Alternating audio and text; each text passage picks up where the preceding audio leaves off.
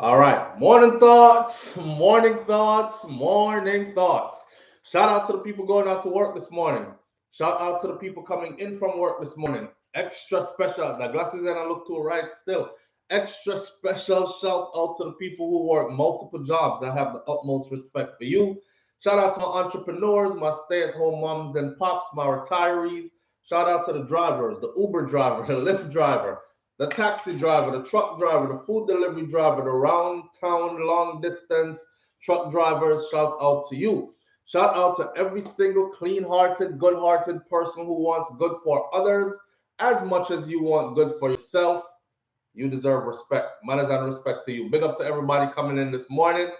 This is our first members only, and I said it yesterday. I was going to do a test run. Shout out to the last person that called yesterday and said, SouFlo, say you should do a test run because all these people got their membership already, and a lot of the people, some of them might not be able to really find their way, but others too much help out there at this point. So others, they're just stringing you along. So go ahead and do your test live and see if some people show up. If the people them show up, y'all gonna know who is who and what is what. So here we are this morning. I decided to go ahead. She also pointed out something yesterday. She was like, look at the screen. At one point, it was 1,000 and something people on screen, right? And it was only 200 thumbs up. And then it went down immediately to like 800 and something people on screen and only 200 thumbs up. So that's to show you like who really was going to be there versus who wasn't going to be there anyways. So string along this whole I can't find my way around, I don't know how to get to it, all that. Here we are. Members only. All right. As you come in, just like up the video, people. Big up yourself, DR. Thank you for being here. We have a couple things to talk about this morning. Nothing too festive, but you know how we do already. So let's start out with one of our topic on the board this morning is Shenseea's album. I don't know if a lot of you in here are musical people, but you know about Dainty D, big up yourself. Thank you, I appreciate you greatly. So Shenseea's album is out, and this is not a review. So we're gonna talk a little bit about Shenseea's album and all the other stuff surrounding her album. You know, the publicity, the new relationship, the collaborating with foreign entities, the major crossover move that she made. Is it really a dancehall album? Even though it's on dancehall reggae charts, that kind of stuff. So I talk about that. I'm going to do a full review of her album at some other time. But right now, I just want to talk about what's going on because she flew back to Jamaica. She arrived yesterday. They did some big party. She has a track on the album I've heard with Beanie Man, and Beanie Man was also there to perform last night with her at the event, the launch of the album in Jamaica yesterday. So things are going for Shenyang. There's another thing I saw yesterday. I don't know if you know this dancer. This is somebody that I follow, Daima or Daima Attitude. If you've been a dancehall person, someone all up on call up and allowed yourself to no longer be associated with. So you don't have to follow the steps. Daima Attitude is a dancer, right? Daima is like 40 something years old now. But you honestly you can't tell because girl keep up our body, girl look good on these things. I'm frozen. Marcia Walters says I'm frozen. Am I frozen for anybody else?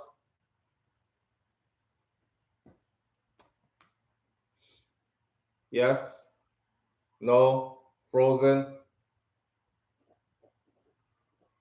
No? Okay. Everybody is saying no, Marcia. All right. Thank you. You're good in the UK. Big up yourself, hot and spicy. I'll go to the top and big up some people. Then we go back to our thing. So hear this.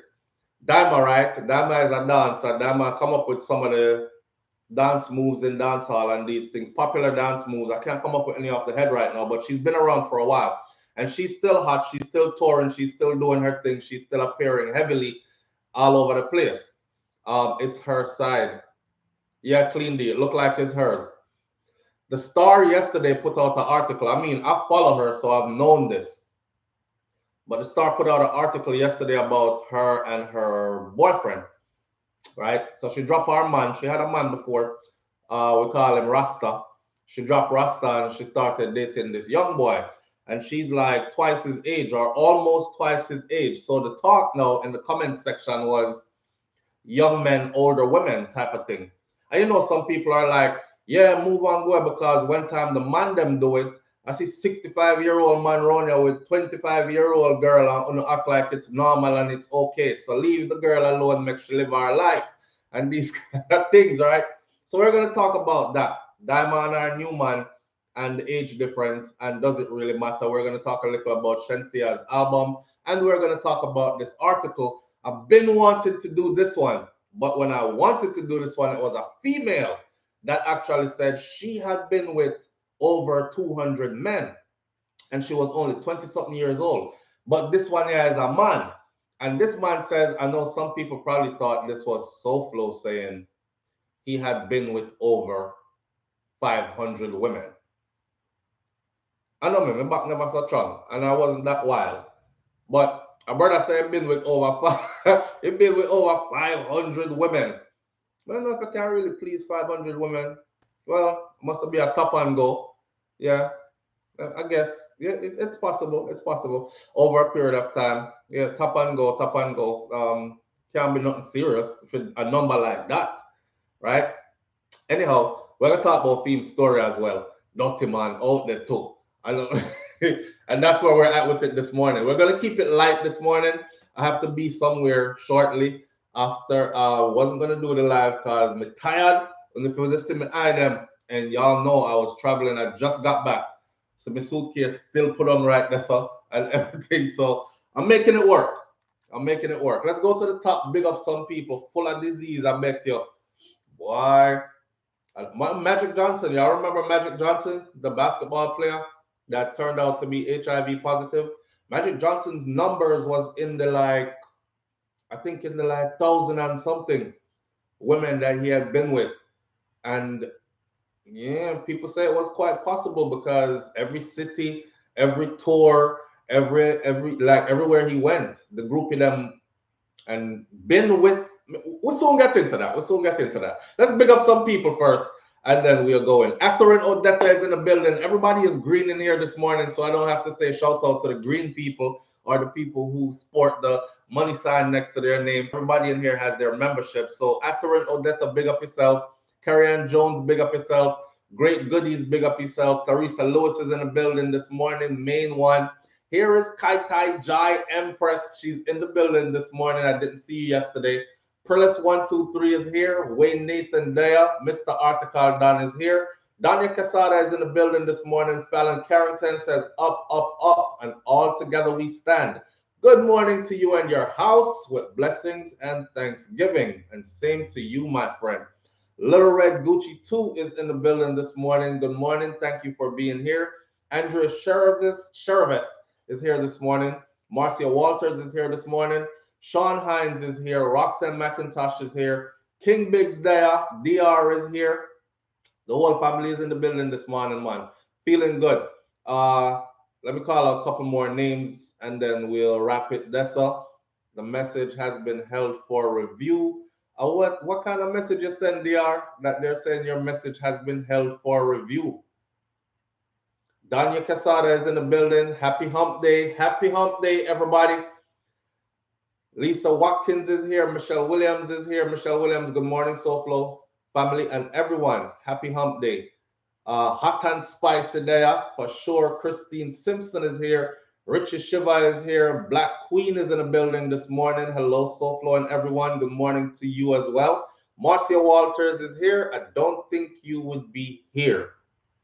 Don't think you would be here. Marcia Walters said, don't think I would be here. I didn't think I would be here either. Oh, this has me zinging this morning. Y'all know I'm a tea person, right? So recently, my uncle went to the UK and he came back with a tea. And we didn't have this tea in the US. So my mom, when I went by mommy house, mommy was like, you know, it's there, the Jamaican people. Mommy. So my mommy was like, you want some ginger tea? I said, no man, I have ginger at the house. She said, no, them come packaged like this, ready to make, right? Let me pull it up closer and show you. Like that. Ready to be made. You just get your cup of boiling hot water, bust it open, pour it in your cup, and you got spicy Zingy ginger tea. And it's really, really good. Didn't think I would see it here in the US. I went through Walmart yesterday. I look up in the Caribbean section of the store, and bam, there it is. Look on the tea now. For those of you who like ginger tea, because what I was doing was I was buying the ginger root itself and grating the ginger root because I really like ginger, plus for all its medicinal values in inflammation and all these other things. So I was grating the ginger root, but me find the tea that my mom gave me from England. It's now available here. For those of you who are gonna say that tea that probably making in China or something so flow, not even Jamaican something. Yes, it is. See it here. It tells you the ingredients, all right, and it was packed for Jamaican Teas Limited. 2 Bell Street, 2 Bell Road, Kingston 11, Jamaica is where the packaging took place from Jamaica, West Indies. All right, their number is right here, the 1876 number, if you want to call them. And their website, because they have other teas, is www.jamaicanteas.com. You can't forget that. www.jamaicanteas.com. And that ginger tea here. But I'm telling you, I'm just waiting for it to cool down a little bit in my Superman cup so I can get to my tea. All right. So I'm up this morning, man. I made it. Did a whole lot of driving yesterday and stuff and run around. My eyes feel like they want to shut down on me, but I'm here. All right. Christine Simpson is in the building. Thank you for being here. Clean D, Roxy 21, Shelly. Bees Boy is here. Somebody said, SouFlo, please shout me out. It's my birthday today. And I forgot their name, but I told them yesterday that if I missed your name, have a wonderful birthday. And I wish you many more happy, healthy ones. I hope them have membership because them not gonna hear them. Them not gonna hear them birthday shout out this morning. Anyhow, on we move. All right. Sean Cassell, thank you for being here, fam. King Biggs, of course, I don't know already. Manners and respect. Let's get into these topics real quick. Whoring and touring. Captain J, big up yourself. Where do we start? Do we start with Shensea'a's album? Do we start with Diamond Attitude and her man? Black Queen, big up yourself. Thank you for being here. I appreciate you greatly. For years now, Real Ginger, Kai Tai Jai. Kai Tai Jai, I drink ginger tea every morning, but I also grate the ginger root and squeeze the juice. Very good for inflammation, right? You don't want no inflammation in your joints. You still want to be flexible. You still want to make sure, say your leg them can go this up. Some of the woman and them thing there. We still want to make sure so we're back, no creaky, and it's still waist can still rotate, and you know all the internal medicinal values that come with the ginger. Very good natural remedy, I would say. All right, so there's a West Indian store in Miami. Yeah, man, I have one up here too. Eli, West Indian groceries in my area, right? Y'all can go check that out. For those of you who are in my area, Palm Bay, Melbourne area, heading up that way there, there's one called Eli Jamaican Groceries. You get everything that's up. Now, which one do y'all want to start out with this morning? What we are gonna start? We're gonna start out with Shenseea. We're gonna start out with the Whoring Man and them 500 woman them. We're gonna hit that number is high as hell. If a female ever told me that I've been with 500 men, but ready to settle down, may that kiss my teeth and walk away. I don't even want to have a high and by conversation with you. It would have been like and walk away. Cause when me I do with you on 500 man godless already, you was holding a rally. You was you was holding a rally, my friend. You was having a concert. That wasn't no 500 man. All right. Where do we start this morning? Daniel Quesada, big up yourself. Risk quit. I saw. Let's see. 500. We'll start with 500.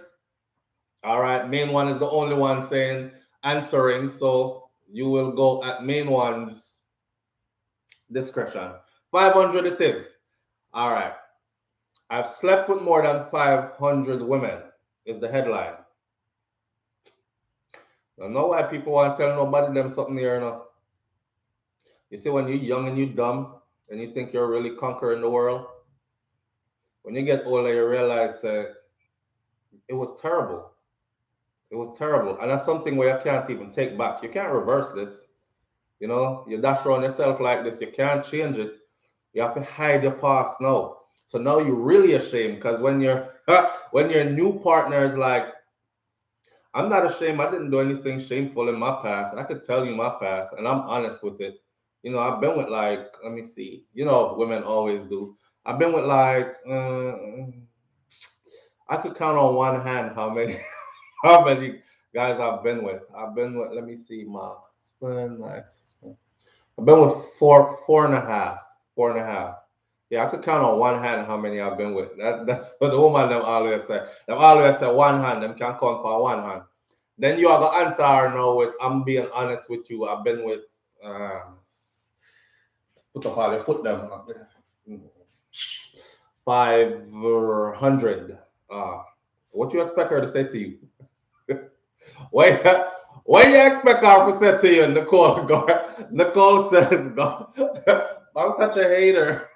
Talk about, I could count on one hand. Hold up. Let me see. Remember. And then close the eye and going like, it's so hard to remember, right? Let me remember, recall real quick. Nah, because that never really happened there. Yeah, four and a half.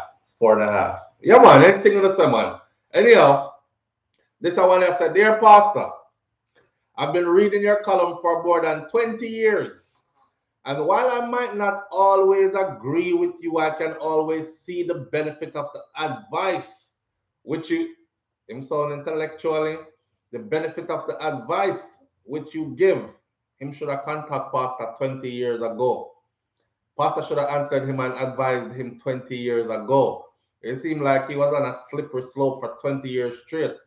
I have written to you previously about an issue that I have been facing for a while, but I did not receive a response. Well, so I decided to try again. I'm 37 years old. I'm a 37-year-old man, and I'm single.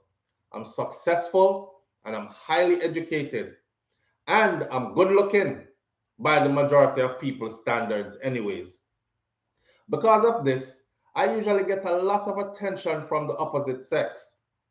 I, however, find it very difficult to commit because of the mindset of the vast majority of these women that I have encountered. These women seem more interested in finding someone who can finance the lifestyle that they've envisioned for themselves, rather than seeking to build any type of lasting connection with a man. I've slept with more than 500 women so far. So far. 99. That means, brother, no plan for stop. All right. But you need to hear what I say. Most of the women that he has encountered, and again, this is your personal choice. Most of the women that he has encountered, them stay a certain way. Him saying good looking by most people's standards. He's wildly successful and highly educated. Now, those three things, good looking by most people's standards, highly educated, and very successful, that's a recipe for pom pom. It is. It's a recipe for pom pom. Seriously. And men who find themselves able to check all three of those in a box, they usually have to like fan it off if they're not touring and touring. You know, they usually have to be like very selective if they are selective, or they'll be end up like this, right? That's all. So you said this brother, 500 so far. No plans on quitting. 99% of them would have never given me the time of the day if I was not successful. And he knows that. That's a very important thing to know. He's not the 65-year-old man that thinks that the 21-year-old girl loves him and plans longevity with him, right? Because, well, some men actually tell themselves that. He's not that person. He actually knows that, yo, if I never have all this money, You ever look at somebody that's famous and say, I'm going to be mischievous right now. Put a name in the comment section. I'm going to give you 30 seconds. Put a name in the comment section of a Jamaican celebrity or, all right, not any celebrity then, but a Jamaican popular person celebrity where you know that if they didn't have all that money and fame, it wouldn't be like, like it a guan. No, all the ladies wants him. And I want you to be biased. We're going to be a bit biased this morning. I want you to be biased and I want you to fling out the name them. The man, you can put the woman them name in there too. Don't be partial. We want to see the name too. Who have money now that if you did not have the money, you wouldn't be on no woman list as all these women want to be with you. Same thing for the woman. All these men wouldn't want to be, oh, she's a sex symbol and she's so sexy. Yellow man, Jesus Christ. But yeah, yellow man not really, well, I don't know. Them European women, they don't really care. They really be looking at the character of the person. Yeah, them look past everything else so we can see them go to the soul. That most of them anyways, they be like, yeah, I don't see none of that stuff. I just see this is King Yellow Man, half of the artists. Carry on, Jones say half of the artists them. Too many to say. Kitty Bitty Crafter says too many to say. Pete Davidson. Is Pete Davidson the one that's with Kanye West's ex-wife, Kim Kardashian? Him that? Yo, me look on that youth there now and I'm like, I who thumping me I'm too either. Seal. Now you see, I did this for a reason, right? I want everybody to pay attention and realize something. You know, them said beauty is it. Him, that youth that way that she picked up after Kanye. I think they just trolling. I really don't think nothing is going on. But you see, the brother post one picture the other day. Kanye, I text him, and he posted, where are you? The text said, right? And he said, in bed with your wife, and did a pic. That's corny as hell. Because a woman put themselves through that. If me as a woman now, I'm my man there. Why are you texting my ex? Why are y'all going back and forth? And then why would you take a picture of us in the bed together? And your reply is when he says, oh, you want to act like you tough. Where are you at? In bed with your wife. Picture. I send. Me blows on skirt. Why are you calling me his wife if you in bed with me? So you just had call you and say, yo, hold on, let me take a call here. Live on the air with SouFLo. Good morning. John. Good morning. Wait there. We haven't.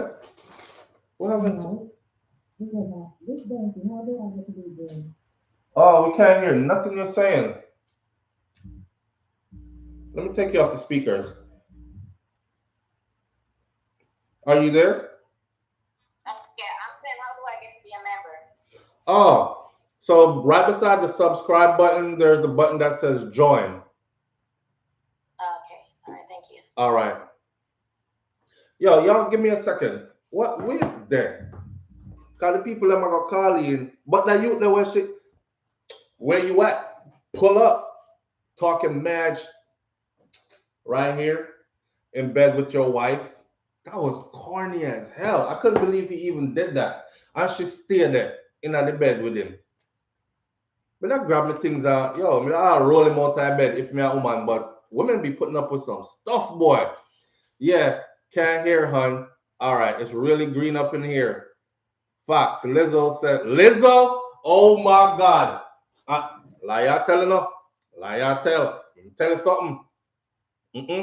In the wrong setting. Lizzo is pretty. Forget her accomplishments. I got to find out that she actually is a real musician that plays instruments. She studies music, classical music, all these things. Lizzo is no. See, somebody said Nurse Story says Lizzo is hot. No man, Fluffy. Lizzo go on with her thing, man. Lizzo face I do it already pretty. You have some man in Jamaica, and them woman that don't have nothing. When we go Jamaica and I'm driving, me and wife be like joking and talking and stuff. And me I drive and I say, yo, look for frog back. And look for, yeah, I don't know why I do that. It's out of place. I shouldn't be saying bad stuff about people, but I'm just letting y'all in. We're doing a little bit of joking around this morning, so please don't take this out of context. All right, don't mean to hurt anybody's feelings or nothing like that. We family, we talking inside the family. You know, when you have two drinks with your cousin, them and you start. All right, so we driving through Jamaica. We are go through like country part. I'm see some woman with big like this, but them fit, and they're walking further than your car is going, and them don't have a problem walking that far either. And just swing them big body and them bag and just walk. So, and I'm driving through. Me make a joke first one time, and I said, I'll never forget the woman did I wear one like zebra print dress. So a body like that with the zebra print them, and whole heap of motion when she move and thing. I mean, I said, boy, that's why them big woman around us so fit, so can look on the journey and the hill, the houses are on some hills that are about that steep. You look like you have to like belly crawl to go up there. Then turn up and walk, go right up there and come down. Regular thing every day, no complaint, no nothing. They're fit. See, big girls like that. And I said to myself, no, let me take back my joke. My day I call it man frog back. Is a man around here right now in a bush where would I kill a fear. And she not rich. You know what I'm saying? She don't play any instrument. Well, she play a theme instrument, but she don't play any instruments. She's not on billboards. She's not on any of them things that she don't have no accolades. She just out there. So not because she big, don't mean she can't be sexy. You have a particular set of men that like their women a certain way. Remember that. But that's your choice, though. You can't put that in there. If you say Lizzo, then Lizzo. See? But may I tell you right now, you have a particular set of men. Me love my fatty. Pipe on the body. Me love my boy said, all when it, what him say? All when it boom bigger than my body. Make us eat it up till it's sunny. Make us, where did he go? That song was hot. That song that was hot. Bro, Flavor Flav can play multiple instruments. Why you put Flavor Flav in there? Flavor Flav is one of the face them where if like a fame never did it.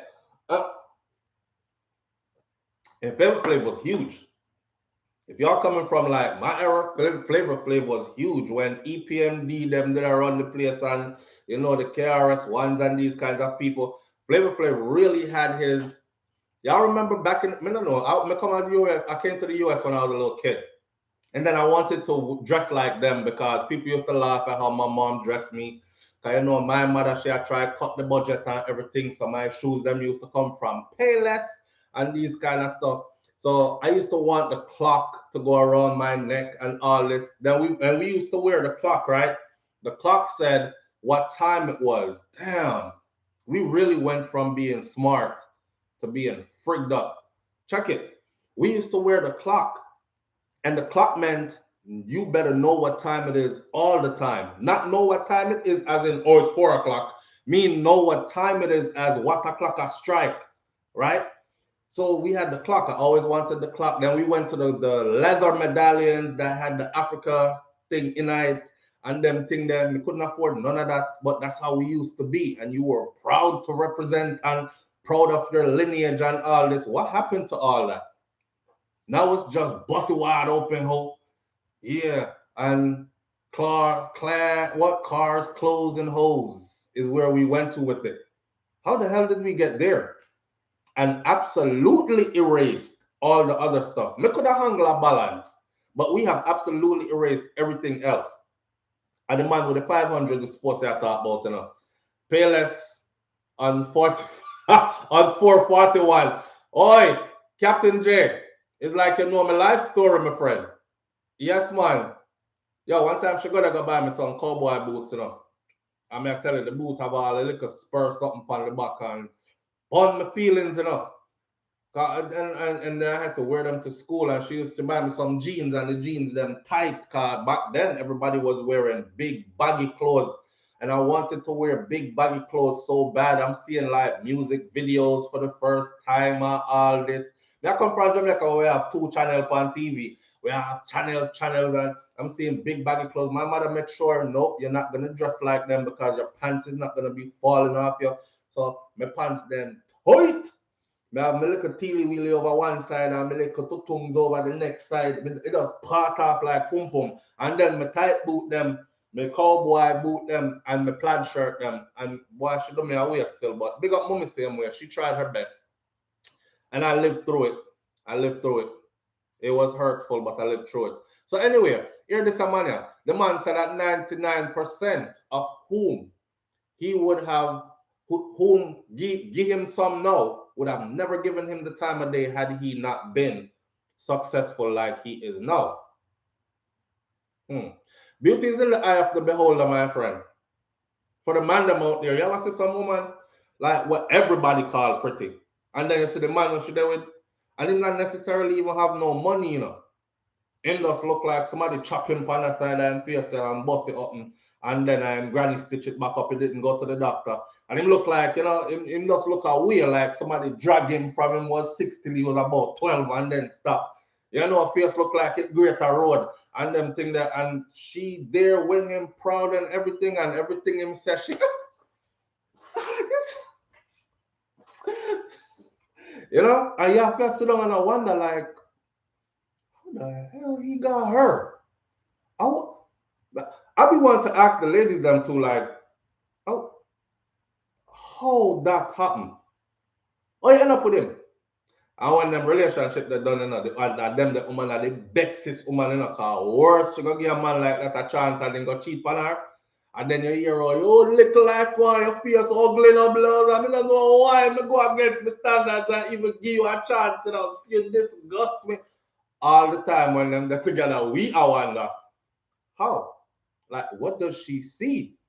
Because I can't see it. And I know beauty is in the eye of the beholder. And I'm trying to find what you're beholding, but I can't see what you're seeing. That, you know? But anyhow, and vice versa. Same way. The man them get mad neurotic. The worst when you go out of your way. I thought about, I'm going to take a chance. I'm not really into that kind of money still, but I did that. I did one time. I went way out of my way. That was definitely not my type. Everybody have a type. Well, not everybody have a type. Some people don't have no type. I don't think this brother have a type. Cause 500 women, you can't have a type. You have to just hit what's coming. Like them ball you the ball and you just swing. That's it. You can't have a type and go through 500 women. I had a type. And I've been outside of my type before, purposely. I was like, you know what, let me take a chance and go outside of my type. I'm going for this. Boy, one of the worst decisions I ever made. So if you're gonna get your heart broken, or if you're gonna get your feelings hurt and your life mash up and all that, at least let it be by somebody that's your type. The pain will be a little bit easier to bear. Me personally go through that already. The pain will be a little bit easier to bear. Cause at least you can say, yeah, I chose that. I guess I made a bad decision. It won't be no, look how me go out and me, who you do? Look, I know you look disgusting. I know you are turn off. You was a turn off all along and I was trying to work with it, but no, you was a real turn off. Why me do that? And you're questioning yourself, why I did that to myself? Why? You know? So keep that in mind. Keep that in mind. So this brother says, now I'm at a stage in my life where I'm ready and adequately prepared to settle down and start a family. But the mindset of the majority of these women in Jamaica is a turnoff to me. It seems as if they are looking for short-term gratification and not to build something long-term. I'm ready to settle down and have family now, you know. 500 women. Papa, first of all, if you look 500 women on a small island like Jamaica, you are community D for life. Jamaica too small. That means everybody know your husband, my girl. When you are gonna marry them, everybody know this man. I'm ready to settle down, and I'm ready to adequately prepared to settle down and start a family. But the mindset of the majority of these women is a turnoff. It seems as if they're looking for short-term gratification and not to build something long-term. What advice can you offer for this problem? as I am of the belief that feelings cannot be genuine if the main motivation is financial. I'm looking forward to hearing your response and thanks in advance for your assistance. GA. Here past time now. Listen up. Dear GA, why should any intelligent woman ever consider you? Why should any our pastor try to tell him say a uncle woman with no sense you can get after this you're badly damaged and that man try to tell him the man said why should any intelligent woman ever consider you? How could an intelligent woman believe that you are serious? You chat a lot, but you don't think. You claim that you have gone to bed with 500 women, and out of those 500 women, you could not even find one with whom you could settle down and make life with. I must declare that something is wrong with you. If you never did tell yourself that before, may I tell you that something is wrong with you. It cannot be the woman's fault all of the time, sir. No, sir, it cannot. You are trying to belittle women by saying that if you were not handsome, that these women would not have anything to do with you or wildly successful, whatever. But what you probably have not said is that you were a big spender on these women. So the women were quite willing to take that financial help that you were able to give them. You were so busy trying to go to bed with as many women as possible that you did not have time to consider establishing a good relationship with any of these women. Because establishing a good relationship, you see, takes time, right? You're trying to belittle these women. And actually, listen up. Some man do this. You see, I see some brothers on social media, they be simping. And what I mean by simping is they only do commentary on like the worst type of man and this man and all of the woman them toxic woman and all and then the good woman them too. They're over there and they like up all the comments and now he has a following of how many thousands of women because he always says everything that's right for the what. Me I know one of them people. You whoring, we whoring over here too. You dirty, we dirty too. You this I may point finger at who is what. It's a spade is a spade. Black is black, green is green, yellow is yellow. Just so, right? Me not draw no line, and I don't want nobody to follow me because yes, SouFlo is going to say be on our side. No, me I tell you if you're wrong in my eyes, right? This brother right there, so now, Pastor is saying all the right things. Out of 500 women, you could not find not one that you thought was worthy of establishing a long-term relationship and developing something substantial with, not even one. So a beer butter ears you was running, and believe me, it's not hard to find 500 butter ears in a Jamaica. It's pretty easy. So, but it looked like he was chasing only butter ears, right? And the part that Pastor made about the money now, a lot of these men do that. It's like upfront is money. And you see my car, yeah, and you see my business, and you see my house, and you see my this, and more some. And of course, the woman is like, oh God, financial security. And he's so charming and everything. Which way I want it? Back? No, front, front? Okay. Take it. And she go fling up on you, right? Out to nice dinner, wine and dine her, run around to the other side of the car, open the car door. She's like, oh my God, chivalry is not dead. He is such a Prince Charming. And then him get a little, and he's on to the next one because he's thinking, we have 400 now, may I try to reach 5. I need 100 more. Gone about in business. She wonder why is he ghosting my calls? Why is he answering with emojis and one-word answers when me I text him? Okay, I see what you're saying. It's all good, man. Sperm drop that. Somebody says sperm drop that. Why is he doing me this? Because I'm too busy. He's too busy thinking about going on to the next one and the next one and the next one because that's his goal. A real man where I think about real relationship, he can slow down. All right. Not saying that him have to slow down, but he can slow down. He can slow down and focus. And trust me, one time you meet that one, she makes you stop. If you meet this for my fellas, right? If you meet that one and or the one you think is that one, and she didn't make you stop, she not that one. That one is gonna make you stop. You are gonna go road, and the next time you see what you think you did like, you still might look and be like, okay, should I pursue? Uh, and then you get to the point where you're just there road and you're not even look no more. So for him to go through 500 and then think none of this has nothing to do with him. Remember, I said that yesterday. Is it yesterday I said that or the day before yesterday? People go from relationship to relationship to relationship and then they blame everybody else but themselves. That's this brother right there, sir. Him no have nothing to do with none of the inconsistencies and the foolery that went on. It's these 500 women, and now it's all the women in Jamaica. Him not stop after 500. He's ready to settle down now, but him saying still can't find the right one.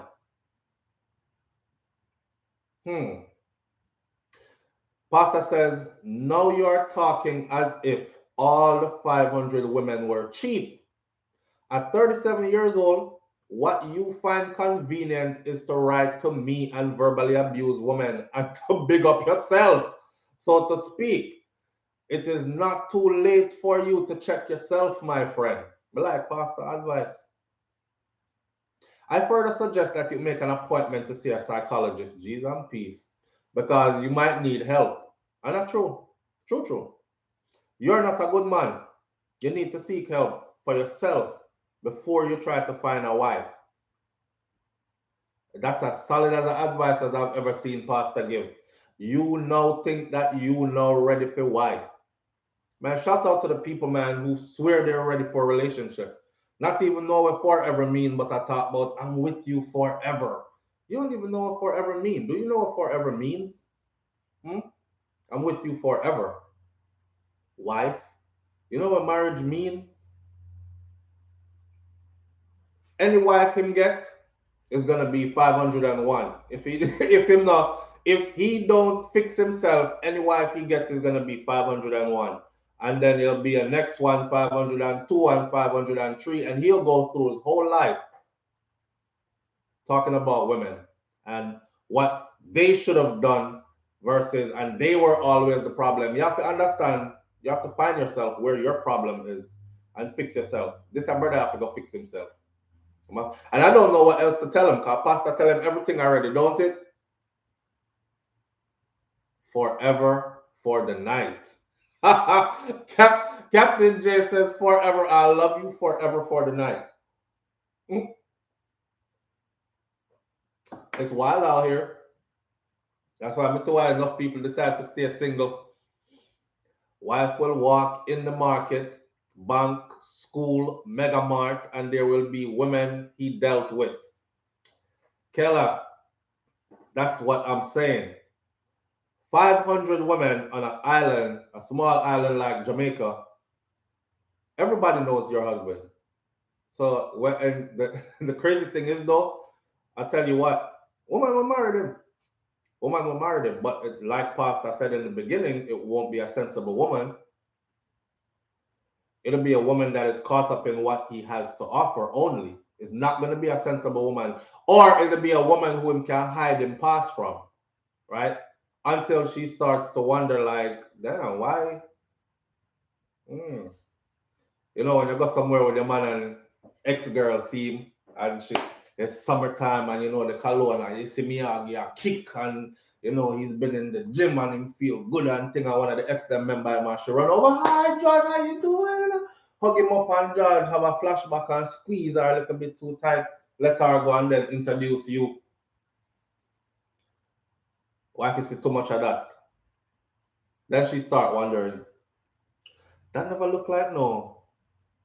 Oh man, it's just my high school friend. Yeah man, I know someone from from my life 14 and them thing there. Mm. I rub our back so I hug her so tight. Okay. Mm. She see next thing again. Joyce, this is Joyce is the same thing. You start to wonder, like, you got a lot of female friends. Not a sensible woman. The only way he can get a wife, a real wife, is if he actually hides his past. Here's the thing about hiding your past, though. Anytime you hide your past, you're gonna have to come back to face it because it's going to be revealed eventually. Somebody saying body burn out. Captain Jason, body burn out. Everybody, he's been used. Now that's what you call used. That's what you call high mileage. That's red zone high mileage. That's like seeing a car for sale, a used car for sale, and the odometer says 500,000 miles. When you never even know say it's possible for car to make it to 500,000 miles. That's how I'm looking at him. I mean, I don't want him, I don't want him, but I mean, 500. That's how I would look at a woman if she told me 500,000. I mean, 500 man should do it. Ain't not one man in here that will admit found the woman of your dreams. Everything is perfect. You like the way she talks, the way she admires you, the way she relates to you, her problem solving skills. She has it together. She is determined. She is motivated. She motivates you as well all the time. You know, she's not the type to say, get up and go in the kitchen and cook something for herself and eat and come sit down back. She asks you every time she go to the kitchen, baby, need something to drink? I'm going to the kitchen, I'm bringing back a glass or whatever. She takes care of you kind of thing. And then she tell you, say, babe, I got something to tell you. And you say, what? And she says, listen, I don't want you to get mad or anything, right? But we have to be honest with each other. And I love you so much. I don't want to be like holding anything back from you. I want to be 100% open, right? Cause sometimes you sleep and talking and you sleep. I'm gonna tell by yourself. So he who lies is always worried, even when he is sleeping. He is sleeping and he might talk and he might not tell it upon himself. So it's good for us let it out and release it before you go tell by yourself, either when you're drunk or when you or when you're asleep.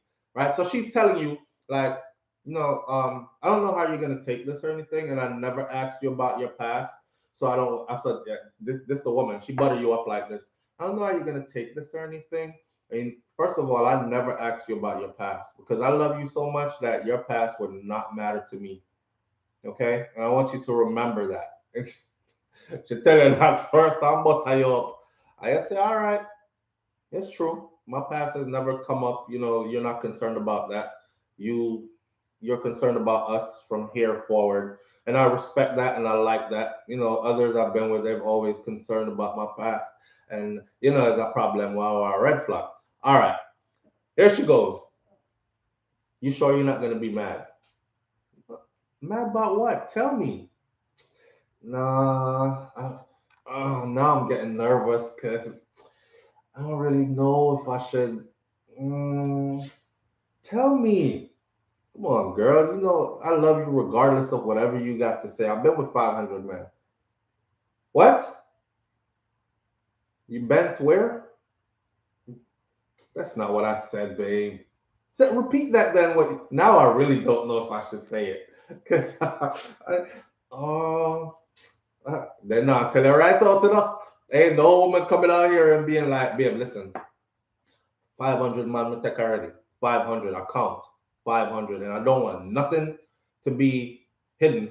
I'm telling you everything up front. I've been with 500 guys. You hear silence. She'll be like, this your woman trying to tell you that she been with 500 men. And you're gonna have to decide if you want continue the relationship or what. 500 what? 500 guys. I've been with 500 guys. Been with 500 guys like what? Like go party with 500 guys, like you have a whole heap of man friend where you used to par with a road like a party days, like what you mean by been with 500? What you mean like by been with 500 guys? Like what? That's what most men would have said first. Especially if you're Jamaican, like what? Like when you go party and like when you go on school trip and them something and the bus full. Yeah, that 400 a man dep on it and been with 500 men. No, like sexually been with 500 guys.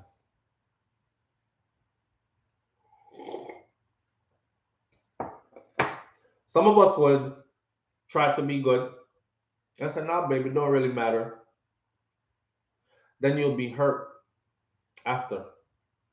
Because the first thing you would think is, Jesus Christ, some day I walk road with you. I was even given public display of affection. I out there kiss you up in your mouth in public. Some boy probably lean up with 1 foot per one wall. I talk about, remember a time that when Engage song did I play? That used to be our favorite song, you know. And she put on the song, but dung in your throat, girl. Tapping eyes make me cut. Watch a boy, you know. Watch him. So out that tongue all and sitting there, yo, them boy, I say, yeah. That's all the man are thinking of. Not that you ever done anything like that. That's what the man might be thinking. He's gonna be thinking like, Jesus Christ, she well use up. And then all the something them when me do with she, you want to tell me that she probably do that to like, oh God. The more you think about it, is the more you would want to leave. So I'm pretty sure it will, I'm pretty sure it will be the same. I don't know, not one any man can do that in terms of charm. Iron belly is what me are calling. Iron belly. And only Iron belly can do that. No other man can do that. You know, you have Iron Man, yeah, the Iron belly alone can do that. No man now hear them number there and be like, okay, it's all right, cause me was with. Yeah, me have about 25 gal to throughout my lifetime. So we even. Let's move on. When you compare your 25 to your 500, the relationship done. Because at 25, you thought you was running the road hard. You know, sit down and ponder where you find time for 500. Like when? How? How? When?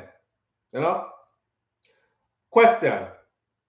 Is there any woman in here who, if your man told you that we're going to take the number down, right? If your man tell you, say, babe, let me be honest with you. My number is 150. I've been with 150 women so far. I stopped at you. What would I say? What would you say as a woman?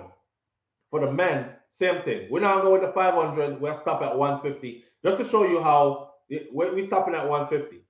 Man, what would you say? Your woman come tell us that 150 is her number. Later? Are you tell later you're gonna work? Stash say how? She can't go swim. You're Captain J, but she can't go swimming. You're not surprised, you know? Captain J, you'll be surprised.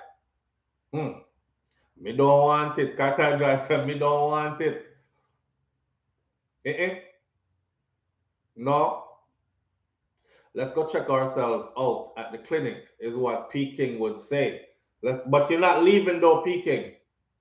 Hell no, me I run, what the take off? Sharon Bernard says, put on my track shoes and run. Captain J says, tell me about it.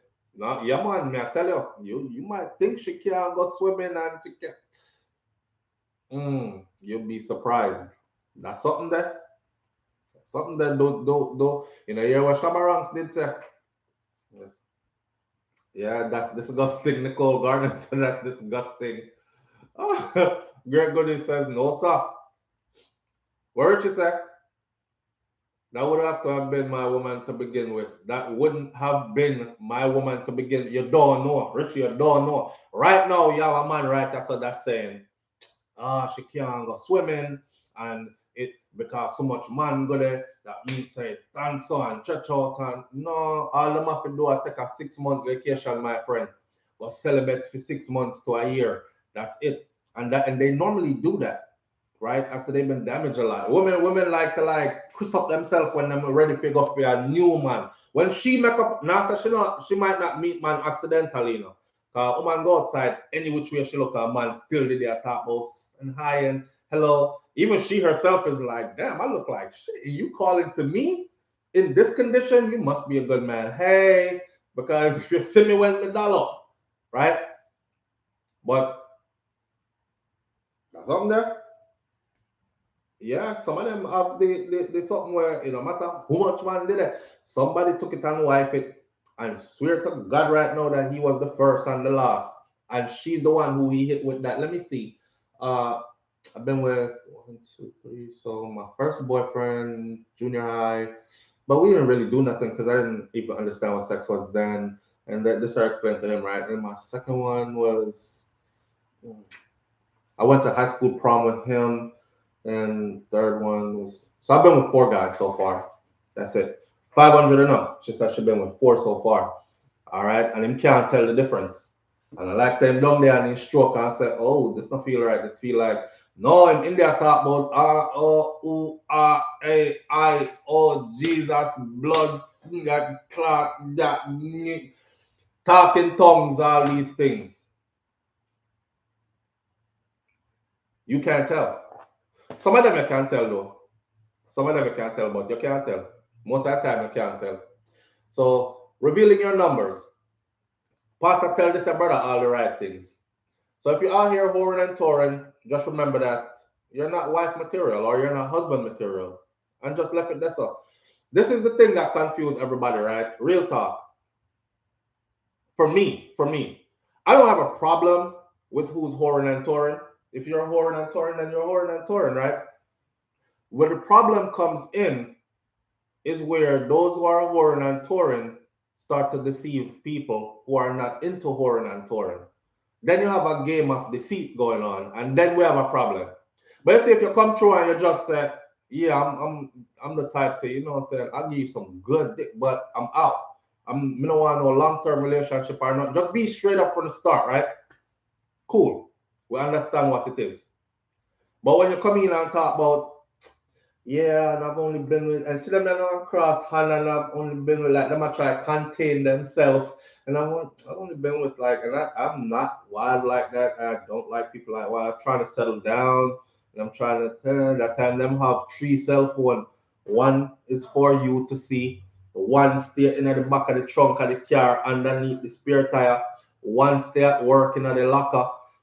And them have one bag of people where I run through them and them I run through and ride and they come to give you that whole yeah and then them start act like this is gonna be monogamous and that's how where the problems start when you start deceive people and play with people feelings and then you get hurt then you hear say yeah what should do to him yeah my boy I say yeah and I'm sure that's how it is for a lot of people if you're just honest and upfront from the upfront then we just know say okay that's him he's whoring and touring and we're good there so I'm not into what he into, so I'm going over here. May I look for a man where, different. Or she's doing that, I'm not into what she into, so may I look for a girl with different. Plain and simple. Plain and simple. Hoes want to be treated like wives. Foreign man want to be treated like husband. I want wife to be monogamous and only give him the pum pum while him share out himself out the road like granny dinner on Sunday and all these things. And it can't work like that. That's where the problem comes in. She did a try turn a new leaf. Mm, yeah, no, man. Yeah, or that alum SouFLo was talking about last week. No, them said the alum dry out or something. Dry it out. There's a lot of men in here. Ladies, don't do that. Because there's a lot of men in here that can tell you that, Lord God, I dry something there can get serious. Yeah, it can get serious for us. Like seriously, yeah, you might laugh when I say serious now, but I want you to really think like medically serious for us. When you think chop up, when you think chop up, when you think chop in a way where it look like say somebody raise it, that's serious. You know what I'm saying? So whatever y'all putting in there talking about, oh, it's not gonna make it tight, and the only thing it does is make it dry, so that you have to fight your way in there and tear up the whole of your body. That's not that's not really tight. You just dry out all of your, you know. And any man I go want to feel like gliding, splashy, but a true thing. And from a man again, I've had that experience in some time in life. It's not a good feeling. It hurts. Everybody hurts. That really hurt. Tear you up like Greta. May I try to tell you? Seymour Bennett. I know, see, hey, watch out, Seymour, because now we know, So now we can look back and say, "Ah, that the girl Keisha that do, Over there, wine and bubble and go on like say, I tight it, it tight. And all I'm sitting chip up on me, chopping idiot me now, gonna tell me, brethren, them boy, yeah, damn, say some tight, the chip up on my body. Dry shot, dry out the sitting. You didn't realize that you didn't get no splash. Hmm? You didn't get no splash. Yeah, a maintenance speaking, she was trying to do some maintenance. It popped down and she had tried the maintenance, but she was doing the wrong maintenance. You know? She had to do some exercises. What I'm calling the Kegel exercises and these kind of things. You know, I'm gonna have to speak on them this morning. Live on the air with SouFLo. Good morning. All right, we're gonna do that. I'm just kind of curious about the chat, the live chat. I'm not able to text anything. Is it just once per month or every morning that you pay? No, you do one payment and you But get I your did one. membership.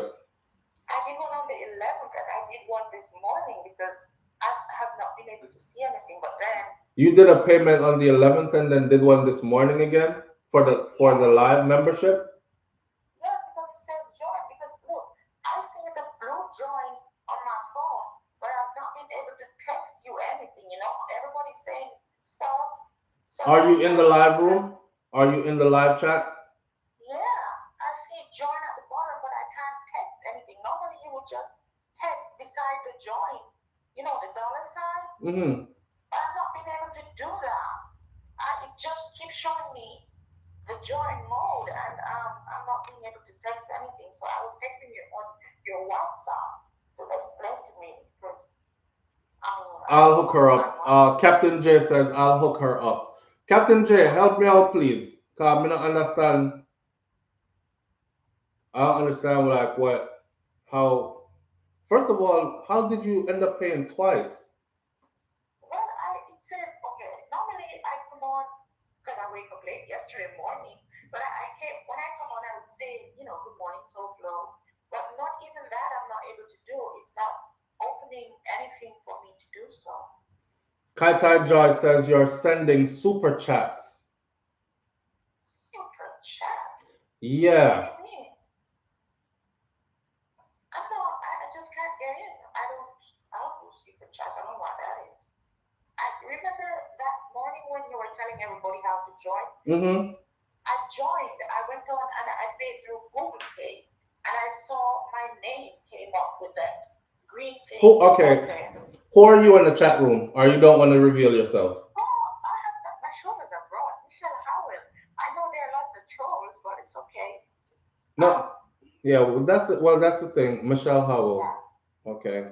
I'm looking for you. Go ahead and type a comment in the chat room right now. Let me see. Okay, I've been trying all morning.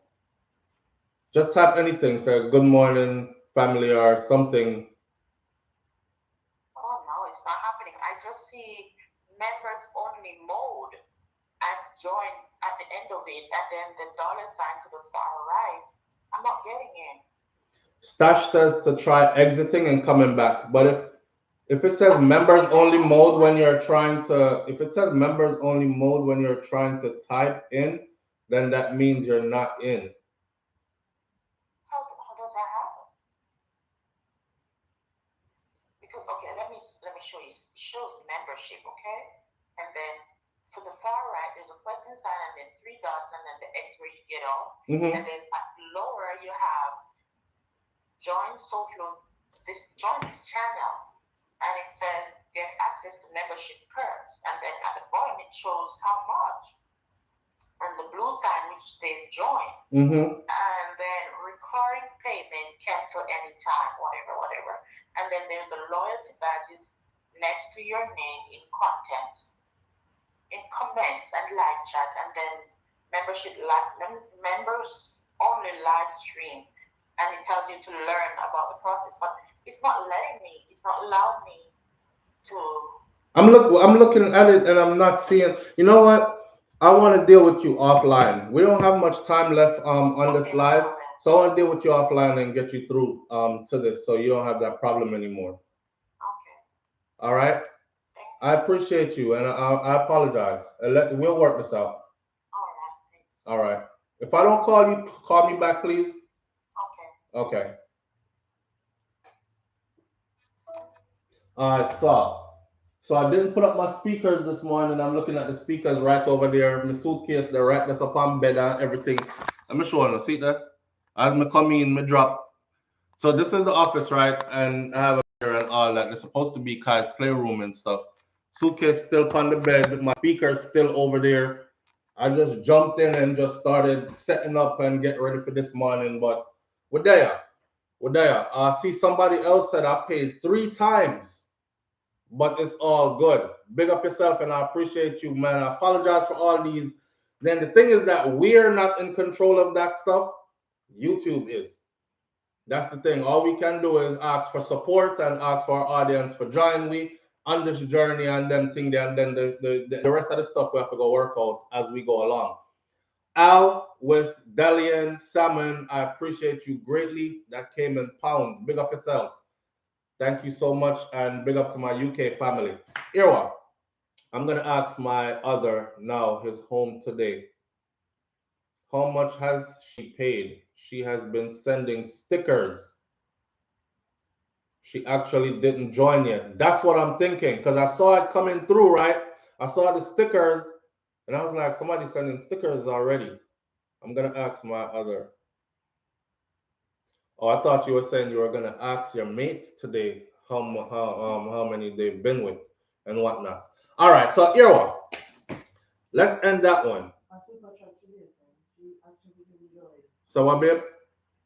A super chat she was sending, she actually didn't join. Wifey said this super chat she was you know what? I'm gonna talk to her after this and try to walk her through it. So wifey says she was sending super chat. She actually didn't join. Boy, I may I tell you one time, technology a beat we, and we really don't understand. We end up paying the price, right? But that's the price we pay to exist in the here and now world. Things are changing, and we better try to keep up. Same way we used to laugh at our grandparents and our great grandparents and be like, "Grandma don't know how to handle a smartphone." And my grandmother opened her smartphone and she goes up and she see all these things on it. She get confused. Immediately she put the phone down because she like, what is this? Is one that Insta save something here. And this next one I said Instagram, and you have a Facebook and a WhatsApp and one Google, and you have what else was this? Settings, play more, all that. She just want to go back to the days when the phone was like you pick up the phone and the only thing your phone could have do was make a phone call. That's it. Not true? So we had to actually take away her phone and give her a flip phone. Because that's all she want to do. She want to flip our phone, make our phone call. But for those of us who are here, we have to understand and work with technology and what's new. Maybe you can find a link to join and post it in your video description. Absolutely, and I'll get into that. This is my to-do list for the day. I gotta go do my fingerprints for my Texas license, this, that, and the other. And the link. Get the link for see if I can.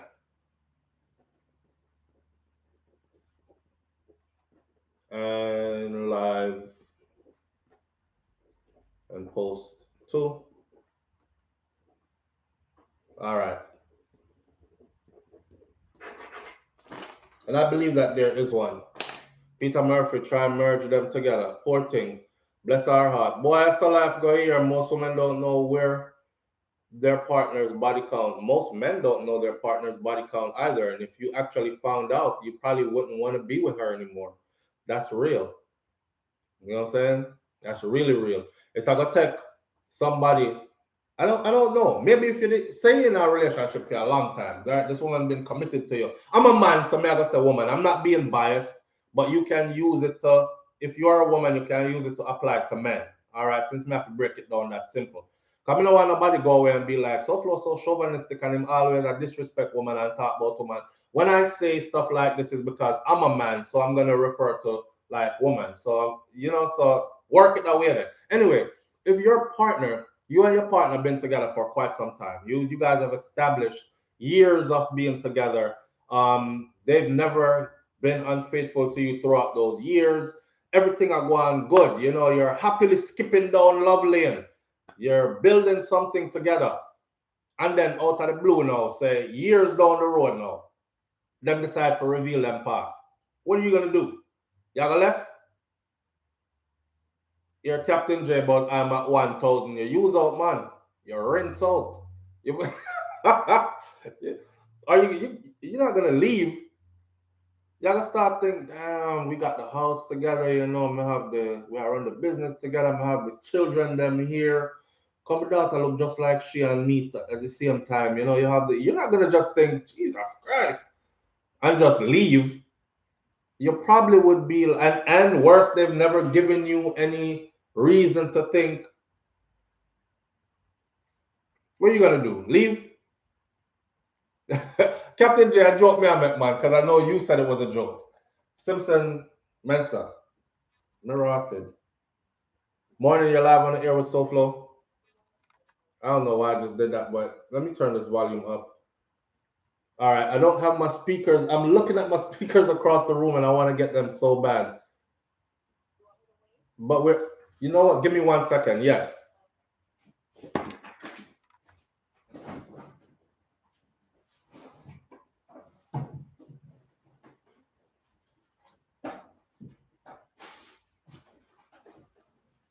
I don't know why I didn't put them on, but I'm only one man. See them here? Jesus, please. Frighten me. All right. Only takes a second. Hook it up to the box right there. All right. And bam. Mic check. Hello? There we go. All right. Talk to me now. Good Yes, morning. good morning. So I have a question. So after a man has been with so many women, Mm-hmm. is sex even special again? Like even if you find the right person, is it special or it It is can't be. just whatever? It can't be. Yeah. That's what I'm thinking. I'm thinking it can't be. Not only that, none of what he was doing was special along the whole way. Like he lost that a long time ago. There's no way. You're Yeah, that's asking what the I was same question wondering. that I'm wondering. It's just something to do, just to release. It's not. I know he's ready for say he's ready for marriage, right? Be funny. He's ready for marriage now and settle down time now. After everything. He- That's After like, you know everything, what that's like? leftovers. Nobody want Yeah, that. that's Nobody like else anyone want that. It's too much. that's like running a car till it's raggedy and done, and it Hmm. start backfiring and everything, and now you want to sell it for like You high must be price. crazy. No, not happening. You can forget about it. Pastor was so right. He's done, right? Oh my God. All Yeah, right, that's all I was wondering. all right, big up All yourself. right, take care. All right, yeah, that's like, yes, you're done. Rev out the car done. The engine chuckling hard, that clack clack clack clack clack clack. It's backfiring, pop pop pop pop pop. And now you want to put big sticker on it. It's how much million you want to sell the car for. Like that car should be going for to the cheapest bidder, right? In other words, then when you run out yourself like that, you might as well settle for like the worst that's out there that you can get and try and make the best of it. But you have the nerve to be like I seen one brother put up on IG and he said, I don't know if it's me, but what's up with these women having 4 kids by 3 different men and now they want to be picky, choosy, and exclusive. And he's like, damn, it's hard to even pick you. So why you being hard about being picky? You got and I thinking to myself like, it does have a point. It does have a point. You already went down that road. Like me, me out there talk about, yeah, 6 kids, 3 different women. Me can't go tell no woman say, I don't want no woman that have kids. I could never be with a woman that have kids. But guess what? I don't. I don't want. Yo, be hypocritical sometimes, and I don't care. You hear me? I don't. Me not like lie. So don't come here and expect SouFLo to lie and pretty nothing up for you. I'm not gonna lie.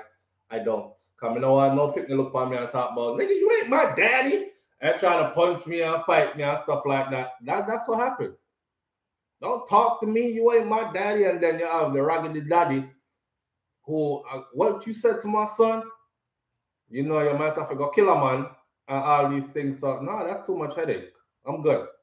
I'm good. Big up to the stepfather them out there, the one them that actually take on a responsibility where some that boy drop off and wasn't taking care of his own and actually pull through and do the thing for real, because you do. You have those angels and champions out there. They really do exist. I'm just not one of them. I can't do it. I can't. See? I can't. I'm be the first to tell you that I can't. I got multiple kids by multiple different women. And I don't want no woman who have picked me already. Sorry. So I'm one of them. But it's funny when I read it, I'm honest enough to say I'm one of them. And I've been on business when nobody wants it. But it's funny enough when I read it, that's exactly what I thought as well. Like, boy, at this point in the game, you kind of lose first pickings, brother. You kind of lose first pickings. It ain't like you come in with a clean slate and she's like, oh my God, he has no kids. He's successful.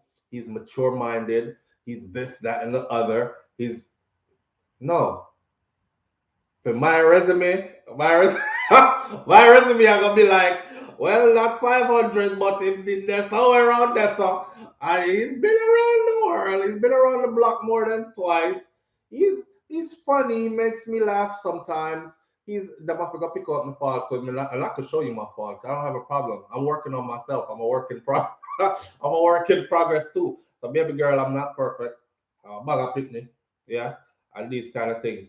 I just try to be loyal and I'm a real person. So if you want somebody who will lie to you all the time, don't choose me because sometimes I tell the truth and it cut the way it come out, You know, the truth ever strongly yet, like right here, so like you have to get and it just come out. And now somebody is hurt and they're like, why you talk to me that way? And I don't like how you talk to me and you should have said it another way. And that's me. Sometimes the truth just come up out of me and just right that's and I can't help it. And now it's out, and we all know what the truth is. Not true. 500 sound like sex addiction. My heart and trust level can't deal with that. That man they need help. He need help. Me not nowhere near that number there. I joke me I make. I'm nowhere near that. And that person needs help. Anybody, man or woman, if your number is anywhere near that, you need help. And just like Michelle Smith said, that sounds more like sex addiction than anything else. That doesn't sound like no regular person. The regular people that do them something there. You have issues here. We were supposed to also talk about Shenseea's. I'm gonna have to rearrange the topic. Baby, now go gym. We were supposed to talk about Shenseea's new album and the drama thing surrounding it. I left that off this morning. Big up to Shenseea. I haven't heard the album, so I can't really do a review on the album. I can ask my audience though, have y'all heard her album? Let me show you a comment, Cat Eye Joy. I don't know what am I hide it for. Oh, really? Okay, so we can prolong the thing a little bit then.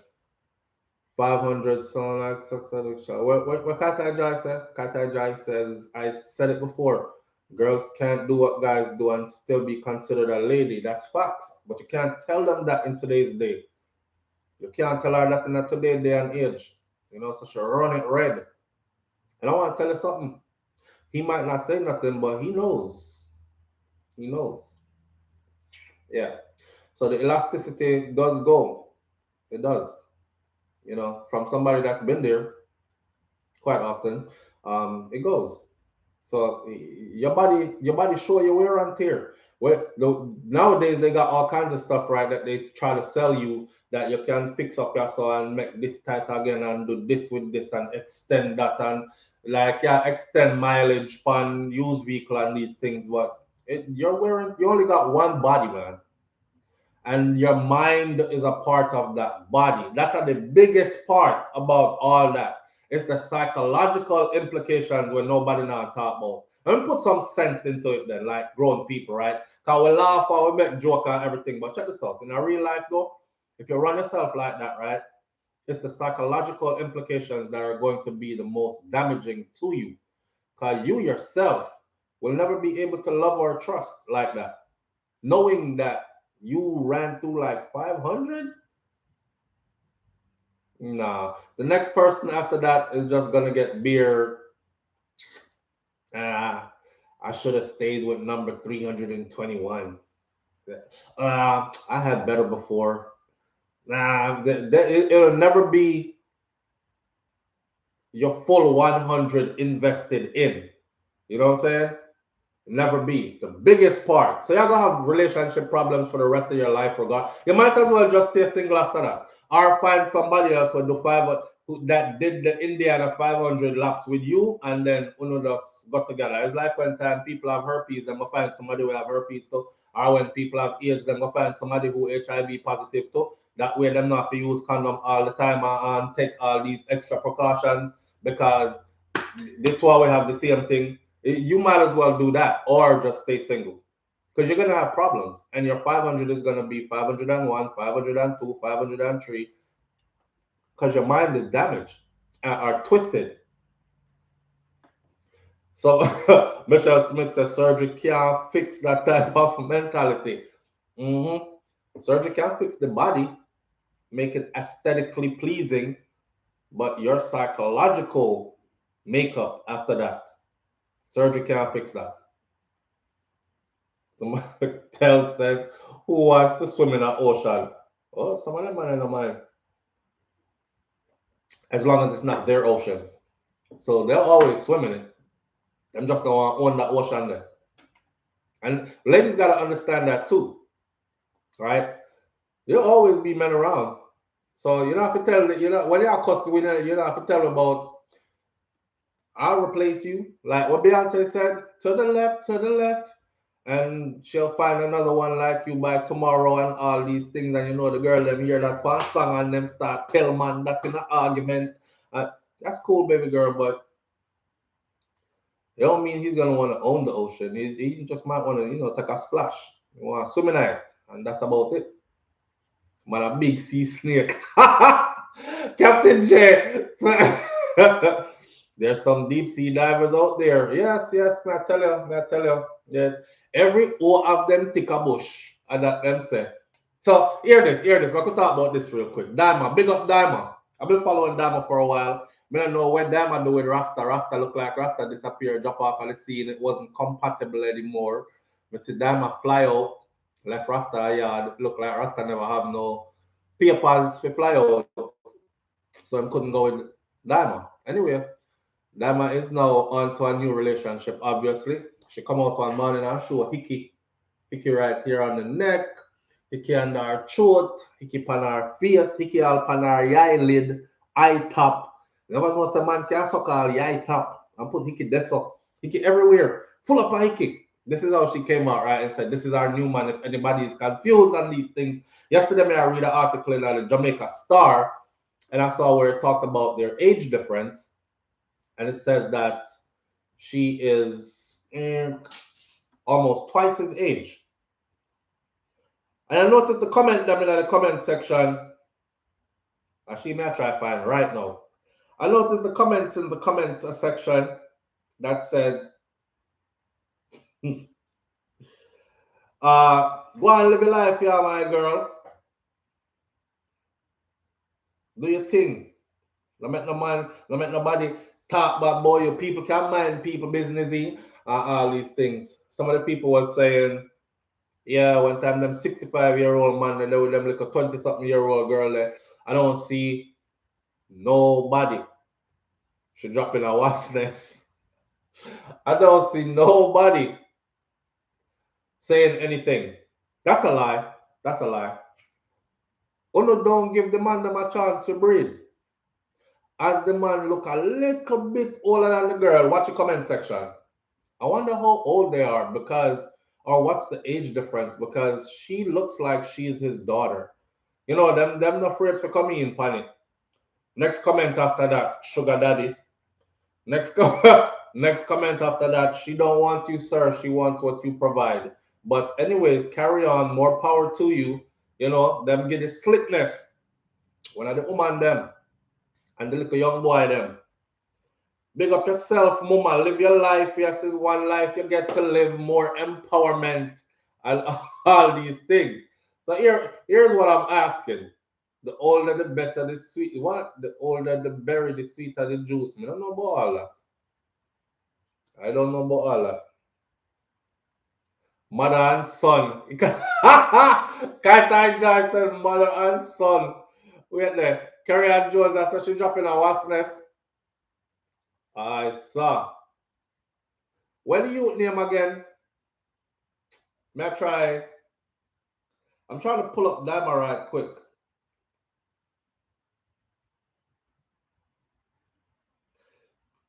The youth is a dancer. And he's actually in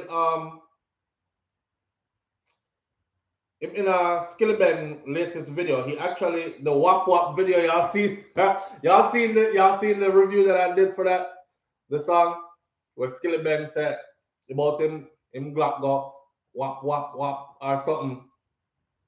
I mean it was dry, but it's doing numbers. And I gave a full review on it. So if you saw the video for it, the dancer youth will come out and start dancing at the beginning of the video, and then the youth come down the road and bother him, and him pull out him gonna shoot the youth, and then the music stop, and him tell the shopkeeper, play out the music, and him start dance again. That youth there, that little youth there is who Dama is with. I forgot his name, something boss. But what is your take on the age difference between she's almost twice his age. She said she a young boy she want. She never said she never got old yet. She's young, she said. She don't want no old man to her thing. That means that she don't want nobody in her age group. I know six boss one. You saw the Wap Wap review peaking? I know six boss man. Monster boss. A monster boss, big up yourself.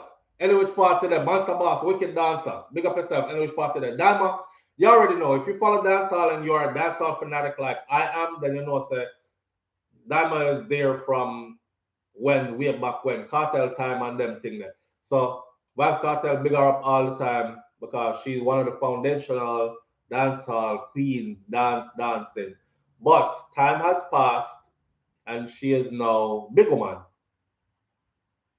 but a little boy, or who would call him a little boy in comparison to her age. She's old enough to be his mom.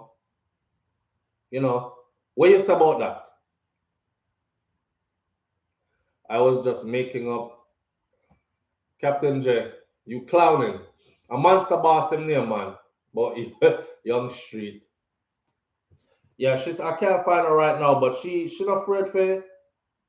She didn't hide it, and that's what she said. She said she never hide our relationship, and she proud about it, and she's not she's into young boys, and that's her thing there. Loud and proud. She have her own things, so she don't need man for nothing, is what she said. So she there with a man because that's the man that she wants. And you know, some women do think like that. They're like, hey, I reach 40 years old, I can go there with a 20-year-old boy because I don't want nothing from him. I'm not trying to build no long-term longevity relationship with him or nothing. If it lasts, it lasts. If it don't last, then oh well, kind of thing. I personally wouldn't want to be with somebody who actually could go into the relationship, start out saying, well, if it lasts, it lasts. If not, oh well, you know? However, I do think, this is my opinion, she didn't birth him. As Odetta said, well, she didn't birth him, so I know her son, so anything can go on. Not true? P. King says the difference is going to show when they disagree. Level of maturity. Yes, P. King, you're on track. The difference is going to show when they disagree. Levels of maturity, because there's a way how you work things out when you're older versus how you work things out or handle problems when you're younger, right? Kaitai Jai Empress says Pastor Dwight Reed is 63 years old and he just married a church member on the day she turned 18. Jesus Christ. Which part that happened? Oh, you talking about the one where the mom said she actually did have something with him as well? Kaitai Joy. I hear me I talk. I think the mom said she herself, so she don't approve of the relationship because she herself did. No, it's not them. No one Kaitai Joy to answer me. Pastor Dwight Reed. Hold on there. So you see them people. Pastor Dwight Reed marries 18-year-old. You gotta love today's world. Back in the day, we couldn't do this enough. 61-year-old Florida man faces a backlash for marrying his 18-year-old 18-year-old goddaughter. And I remember when her mom said when she ran away, see them there? Yeah, that's true. Yeah, I thought. See that? And I remember when she ran away, right? That man here did not touch her from she did young, from she did underage though. Him. And the thing about them is this. They was touching from she was underage. She became a problem child, right? She used to run away. And this man used to hide her in her house. A big pedophile this. He used to hide the little girl in her house and then help the mom look for her daughter. Because he was somebody that the mom confided in. So he used to come out to and talk about put out flyers and posters with the mom trying to find her daughter. That time the daughter hide in a theme place. You see it? So and he couldn't wait. He couldn't wait because he was like, I'm tired of hiding. So what I can do is Woody Harrelson did it. Quite a few people did this. Soon as this little girl had turned 18, married her. Soon as she turned 18. And she's like, man, if you seen the video of her talking, you already know. Because you 65. Brother, you're 65, right? Ain't no way in hell you dealt with a girl with talk so. She's a complete baby. She was riding in the car and she was like, I got my own stuff and y'all hoes just jealous and I don't know what y'all worry about my life for because I'm over here living good. And he got other kids. So she have to play a stepmommy to the other kids as well, right? And I'm over here living good. Y'all just jealous because I'm living good and I got things. And I'm like, that's a baby. That's a baby. She's 18, but she talks like she's about 14. You know that little 14-year-old prime picnic there? That's how she carry herself. So me don't know how this man find attraction in a that. But it's a true story. It's a true story. Now as far as Daima goes and this dancer go, me don't think Bramwell Wright said that man they go jail. But you know what the thing is, they can't do nothing. They can't. And yo, her mom, the little girl mother, failed her and admitted to failing her because she said, "Here, the mother know," and she talked just like her mom. You know what I'm saying? I was out there. I was out in the streets doing my thing. You know what I'm saying? Because I love the streets and the streets love me. You know what I'm saying? I was out there doing my thing and I lost track. I lost track. I was out there on drugs and stuff. And funny enough, I used to sell sex to him. Yeah, because he used to, you know what I'm saying? He had the money, so he'll pay for it and I'll go give him some coochie. And that's what the mother said. And that's how we became friends. And at this Amania, she called our daughter Godfather. You see it? Toxic as hell. This is the man she called her daughter's Godfather. And then Godfather work him way into the house now and start manipulating her daughter. And she thought, oh, she has a father because she ain't got no daddy. He not around. He manipulated, worked his way into that house, got to that little girl, and started manipulating that little girl's brain. Then he would always keep his own place and never want moving with she and our picnic them. But he was keeping his own place because he would inveigle the little girl to run away, encourage her to run away, and then him act with the mother like, come on, let's go look for her. Walk around, and talk to people about Jesus this and God this, and if anybody, and say a word of prayer, and I hope she comes back home safe that time she there in the yard. Yeah, you gotta be careful out here, man. But what I said on Daima and the dancer youth, I said name again, something boss. What I said about her and him is they're not that. I mean, yeah, they are. There's a distance apart in age, yes, but they have more. They have more compatibility than anything else. I don't want to be a hypocrite. It's all of them are big people. See, he's not. He's not a minor. He's a grown man. He's in his 20s. It's not like him just turned adult age or nothing. I know Six Boss. You keep on and say Six Boss. Big up Six Boss. Six Boss. A different thing that man. You talk about music. Monster Boss. All right. See it there again. Dainty D. Dama and Monster Boss is in the same field even. So right now bookings are gonna turn up for them. Bookings are gonna turn up, meaning when you hire Dima to come shell down your party, you can get Monster Boss with Dima to come shell down the party. Variety is key, right? And to see the two of them, and they're very compatible. It's two dancers, and they're very compatible. And not to mention, Dima take very good care of herself. So she don't really look like she and granny, or she don't look like she and mother. Nothing, them just look like a couple, you know? I'm sure I know Six Boss, man. You have a problem with a Monster Boss. But that's right there. Let me show you. All right, Skilly Bang Wap Wap. Era. Skilly Bang Wap Wap video. So I go to the youth. Me put in Skilly Bang Wap Wap video. This thing gave me Standing Rock Wap Wap broccoli. What? Skilly Bang.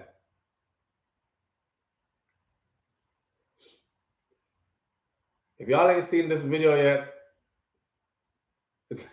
yeah, go look for the video if you haven't seen the video yet. My name Sean to LOL. He is 19 years old with 3 children. I saw him background there. He is 19 with 3 children. Oh, so that man was saying fertile. 19.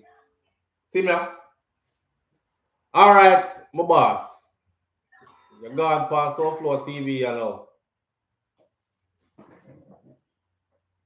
But I forgot to chop this out now. I don't want to waste my video this morning because when they said that copyright infringement joint,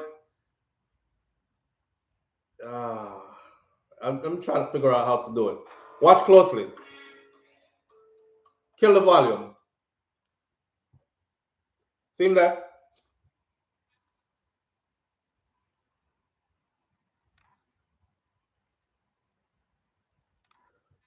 All right, so that little dance piece there.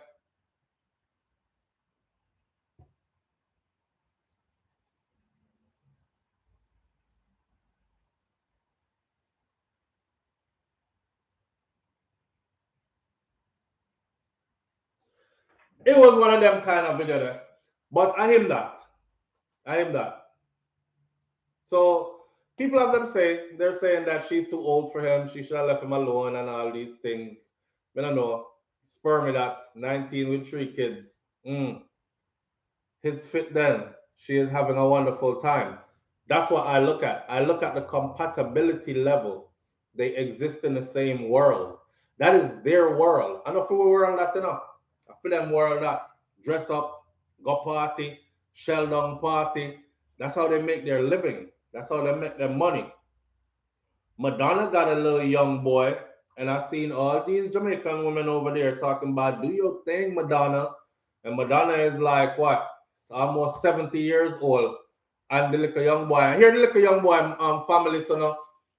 The father said when he first told me he was going on tour with Madonna, we were happy for him because, you know, he's been training his dancing stuff. He's been training and he's been hoping to get a gig like that to go with on tour with somebody that's big in the industry. And when Madonna said, "Yeah, come on, tour with me," his dad said, "I was happy for him," but then his son didn't come back. And then the tour extend and extend and extend till his son finally told him one day, "Oh, Celine Dion has one too." I saw. Told him once. So another man them alone do it. That's my thing. His son told him one day, "Dad, I got something to tell you." And he said, "What is it?" He said, "I'm in love." So his dad was like, "I'm happy, I'm happy." Right? Finally, hear my son say he's in love and is a woman. And him there, so I say, "Yes." "Who is it?" He said, "I'm gonna bring her by." So she came to our humble abode. So big height tight Madonna, you know, could be anywhere, you know, $5,000 a night, ritzy places, come to them humble abode and thing. And the father said when him see her, he thought, oh, but he didn't have any bad feelings about it. All him pull him son to the side and ask him son is, "Are you happy?" Son says, "Yes, I'm very happy. She's taking good care of me. I'm in love with her," and all this. And you know, the tour is gonna extend now. They're going right back out on the road. And him say, "Hey, as long as you happy, I'm happy." But who wouldn't be happy? If my son at 23 and then bring home one 65-year-old multi-millionaire, may I draw him one side and start talking about planning generational wealth.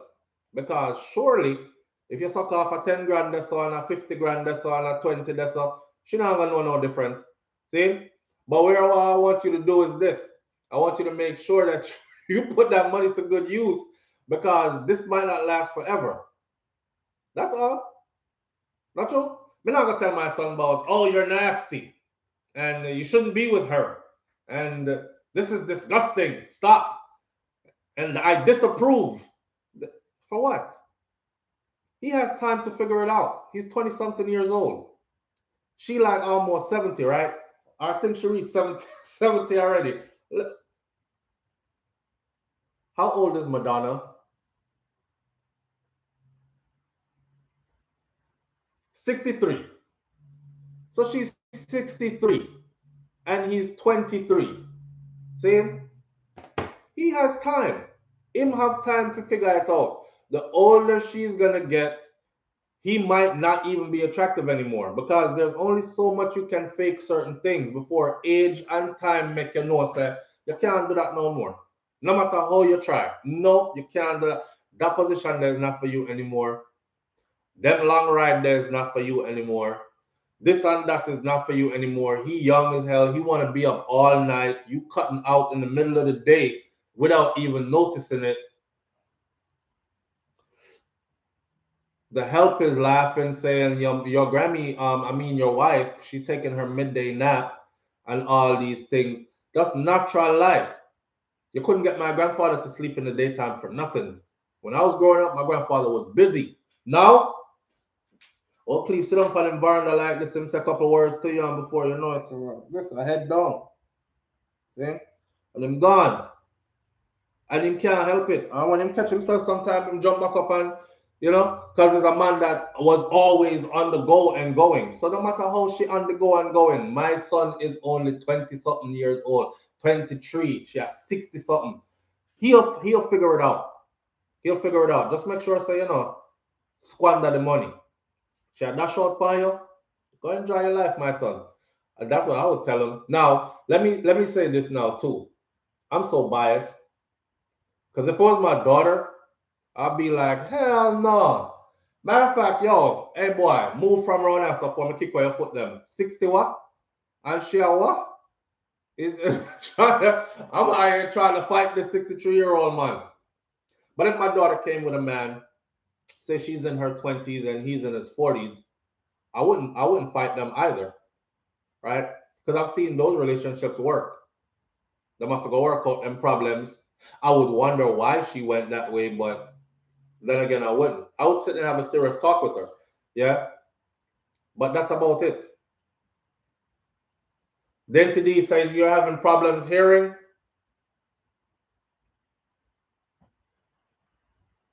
I don't know. Now, would you be offended if your child was, say, it depends on the age. I mean, it depends on the age and the person.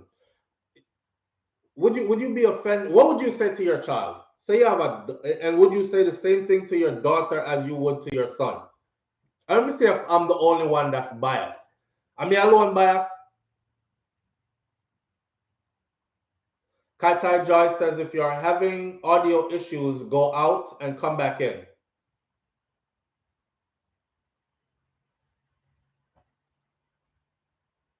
Somebody said, look at Manley's ex-wife having sex at 80. Great goodies, your great goodies. He's at 80. With who? I mean, you're not dead. Anything can go on. You're not dead. Old people get it in too. They still people. And one day we are go old too if we live long enough to be. That means that you must give up on everything because you're old now. Who wrote that book? Who write the book where say you need to give up on everything after you reach certain age? Dorothy T. Already said it. I looked it up and said it. See? I said her age already. She is 63. So if your 23-year-old son comes home with a 63-year-old woman, what would you say to him? Pauline semi bias. No.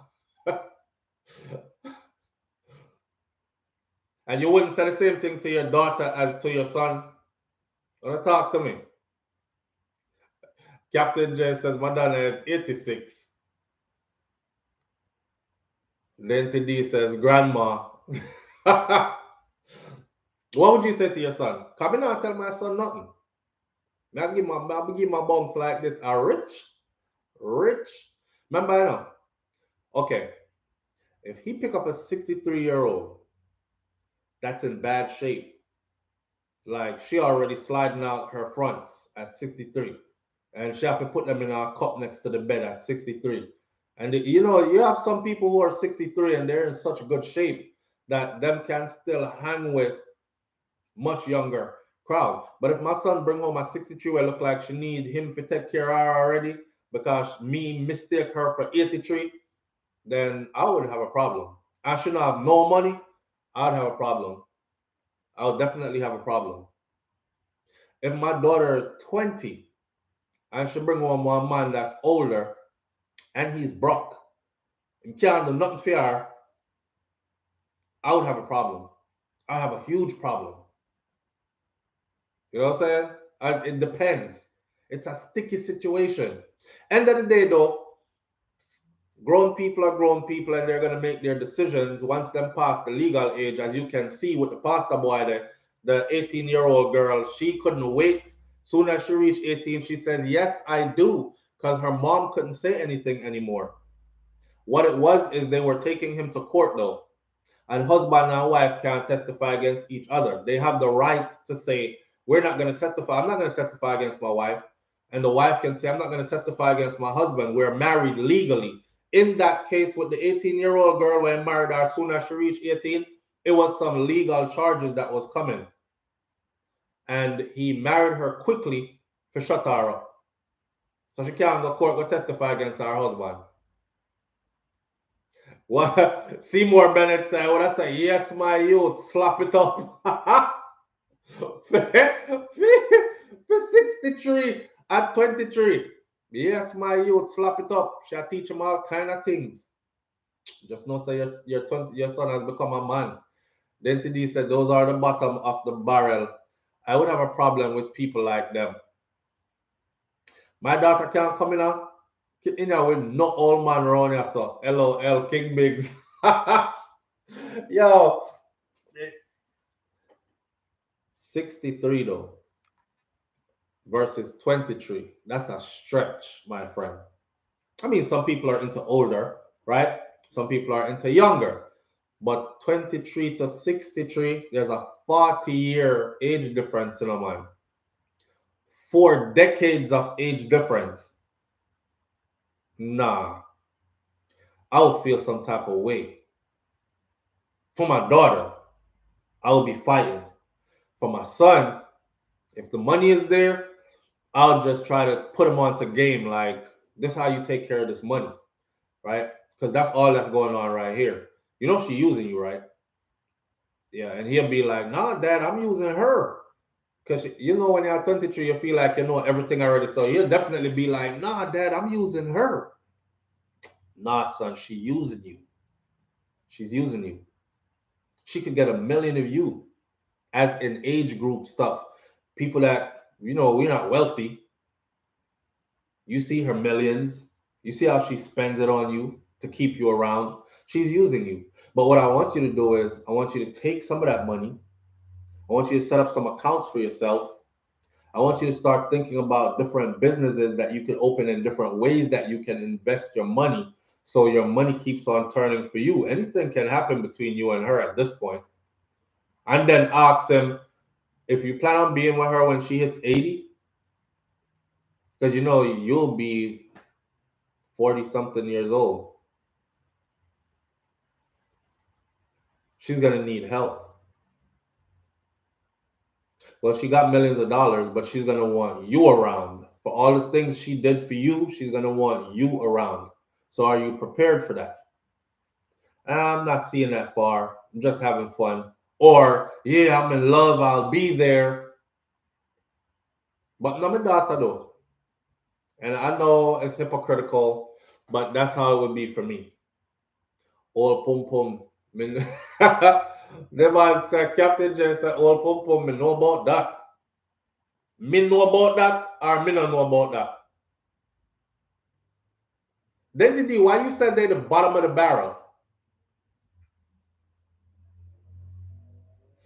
All right, so we have society or social security check. Not my daughter either. Yeah, me don't have a problem. If I'm a daughter, I would definitely have a problem. But here what? I would have an equal problem though if my daughter came home with a dude that is her age group and he is a nobody heading nowhere. I would have a huge problem with that. I would rather see her with a man where 10, 15 years, them numbers there are age difference that depending on how old she is though. 18, 19, 20, me no want to see her bring no man come on my yard, period. You going to school, okay? You're going to get a degree in something. After that, then we can talk, right? Even myself, right now my daughter is 7, Nika. And Nika said, after I'm finished with college, because we beat this into her head, from now, when you're done with school, is when that, me even tell her right now, I said, yo, if you ever walk any boy across my lawn, that's not up to par. You see the driveway? Because I'm kicking him straight back down that driveway. And if he big and I can't kick him, I'm shooting him straight back down that driveway. She laugh and stuff. Like she don't know something dead serious. So she's gonna have to get herself together first. But say for instance, she's like 25, 24, 25, and she come in with a man that's a bit older than she is. And you know, he's mature, and I can see that that's rubbing off on her. And he's encouraging her to go places, and he is motivating her and all that. You know, I'm like one of them man that way just want recapture some youth days and run through your daughter and then leave her. I would prefer to see that than to see she come with a youth around a fair age group and this dude wild, his pants off his ass. He does not know how to relate or articulate himself in front of me because everybody know this. You talk one way with your brethren them, and then when you go meet her parents, you have to keep up appearances. You have to appear a certain way. You can't go in there act like you and them are the same age and you want bunks fist with daddy and yeah, slap mommy pan her battle jaw when she pass and talk about all the mother around and sexy and them things. You gonna have to be a different person. So if you don't know how to bring yourself to my table, to my house, and you look like you all figured up and you're not heading anywhere when I ask you what are you into? What are your ambitions? What are your plans for my daughter? What type of relationship is this that you guys are in from your perspective? Come here, draw him one side, you know. And if he can't come clean on those and have the right answers, and if I dig his background and it's not what it's supposed to be, I don't want no young boy jump up in my daughter belly, breed her up, and then what? She's 18, 19 years old and she have a workless baby daddy because he's 18, 19, and I didn't say nothing because they're the same age, and now she's stuck. She have to go stop all what she do because this idiot boy are gonna find other baby mother and run down other tail, and now my daughter's got I'm gonna have to help her take care of she herself plus baby. We have to go stop all this to have baby. Then I'm gonna be encouraging her, okay, let me hold the baby sometime or help you pay for this child care so you can go finish school because this is your future. We're talking. No, we're not going that route. We're not going that route. Seymour Bennett says, I had a 60-plus-year-old lady from the Dominican Republic, and no 20, 30, 40-year-old couldn't compare to her in bed. I call her Earthquake. Yo, you need to go your bed. In the earth. Yo, you need to go to sleep. Hey, Seymour, listen to one. Seymour says, Seymour Bennett. I'm stuck. Seymour says, I had a 60-plus lady from the Dominican Republic, and no 20, 30, 40-year-old could compare to her in bed. I called her Earthquake. My gracious God, your thoughts should be the thoughts of many among our people.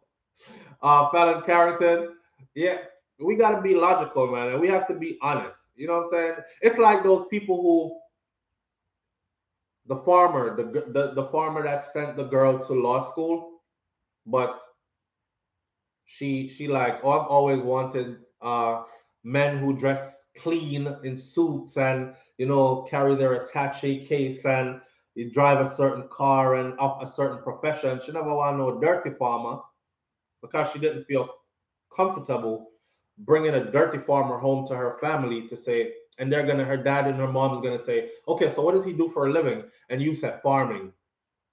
They don't care. Listen to this. They don't care if it's commercial farming that this man does. They don't care if this man owns his land, right? So him own land, which is real wealth. They're looking for a title. So they can say, my daughter is married to a professional. My daughter, and they like the big names. So I'm like, my daughter's married to an attorney, or my daughter's married to a barrister, judge, whatever. Certain names is what they look for, titles.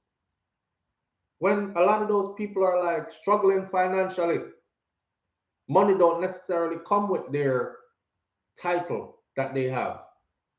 You see what I'm saying? Money don't necessarily come with the title, But you can't bring home a youth where here, farmer. Our father would have been a screw. Farmer what? No, that's not the one who killed her. That one got away. The lady actually said she wrote it out and she actually said, I know I'm doing wrong. I know this is dirty. I know I shouldn't be. I'm the worst, whatever. She wrote out all of that first before she said the rest. How she used him and how she purposely used him and knew that she was using him because this has never been her type of man. And I said, look at the irony in this. Because this man paid for you to make yourself into the type of woman that men like those would most likely be attracted to. For instance, if you work in the medical field, you're probably going to end up with somebody in the medical field. If you're a person, say you're there at work all day. And I use this analogy to when I'm talking to my sons, especially because they're older, my daughters are smaller. And I said, listen, Farah, if you take on fast food for a living, right? I'm not speaking bad about fast food. I'm saying you're going to be working in a fast food restaurant 8 hours a day. If you do overtime, you're looking at 9, 10, 11. Follow the logic, You're looking at 9, 10, 11, 12 hours a day in a fast food restaurant. Now, if you're working with Keisha and Keisha is right next to you 8, 9, 10, 11, 12 hours a day, eventually some kind of lightness might kick off. You know, Keisha come work and her pants tight, and you can see she have one nice little body and everything. When you guys get out from work, you want, and plus, you know, most people have them work husband or work wife. When you get off from work, you guys don't have time to go socialize outside with other people. You're tired. More than likely, you're going to be saying to each other, hey, what you doing after work? You want to go grab a movie, get something to eat, you know? And that friendship could develop. And it could be a genuine friendship and real love. But the it's going to be somebody that works fast food as well. I use this analogy when I try to explain to my son that going to college is networking more than anything else. I know people that went to college that played football in the US and they didn't make it to the NFL, but they played up to a college level. After college is NFL. Now they're able to open businesses and do other things outside of, and you're wondering where they're getting the money from. It's from the same guys that they played college football with and developed a friendship with. The homie say, you didn't make it, but I made it. I like your business idea though. So go ahead, here's boom. I'm gonna cut the check and I'll back your business and you go ahead and open that. Right? So it's networking is what that is. So may I try to explain that to him in another way then. So Flo, on a different note, did you see the Peter Spencer case? They claim self-defense. Get out of here. I'm gonna have to follow up that case. Oh yes, yes, yes. Yes. Not get out of here. I did. I saw it. And I said that. I covered that completely. They claimed self-defense. They said he got out of control and they had to shoot to kill, shoot to survive, or something like that. But yes, we see it. Well, if you want to end up with Keisha, nothing wrong with that because you work fast food, so you can't hold nothing against Keisha. She working where you working.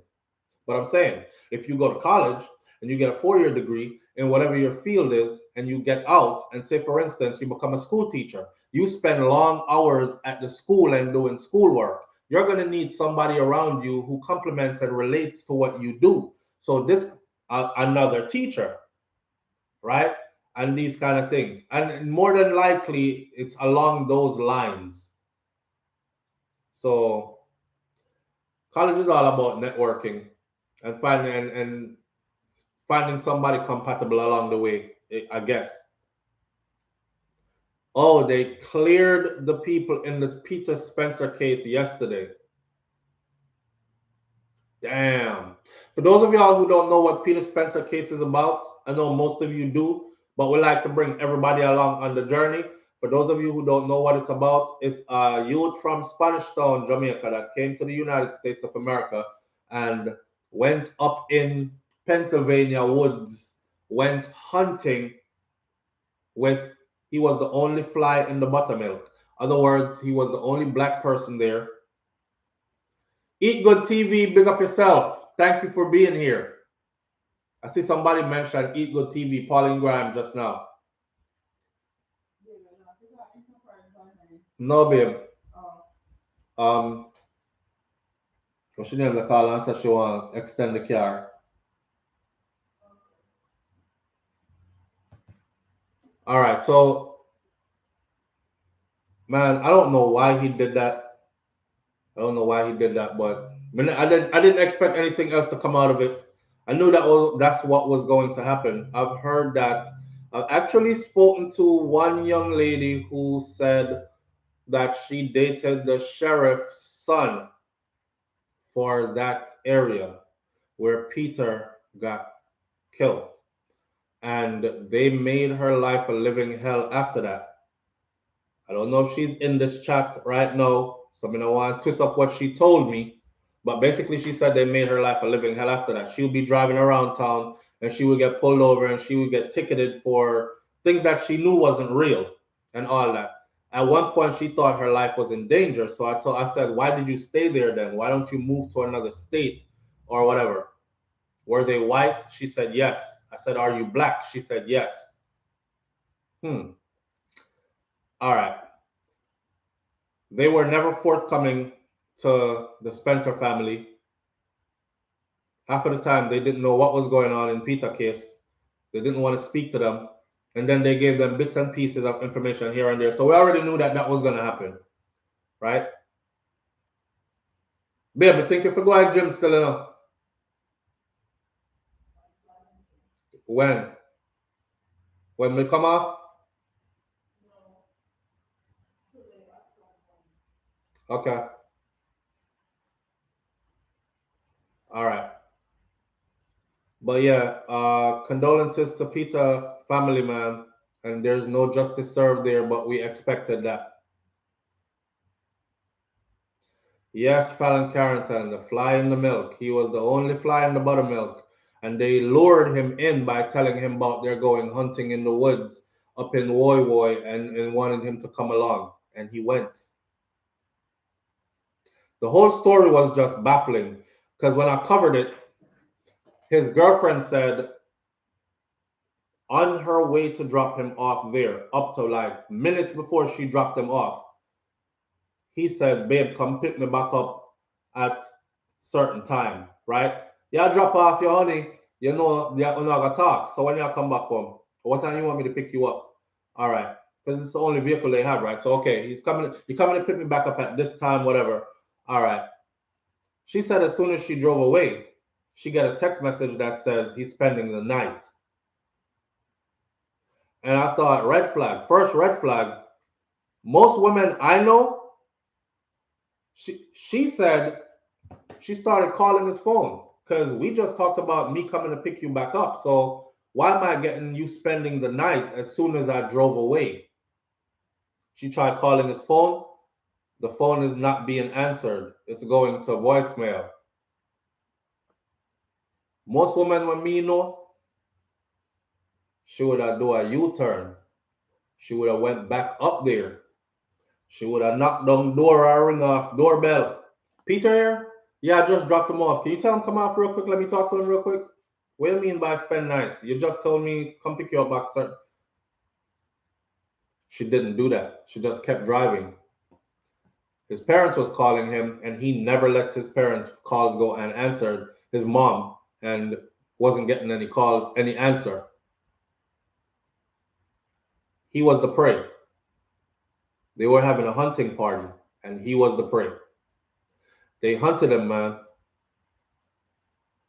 See, Mel just simple says, I would have turned back around. Most women me know would have turned back around. Especially if you have like one Caribbean woman, you are talk about spend night after you just tell me about come pick you up. No, which girl in there? What wanna have plan? Hello?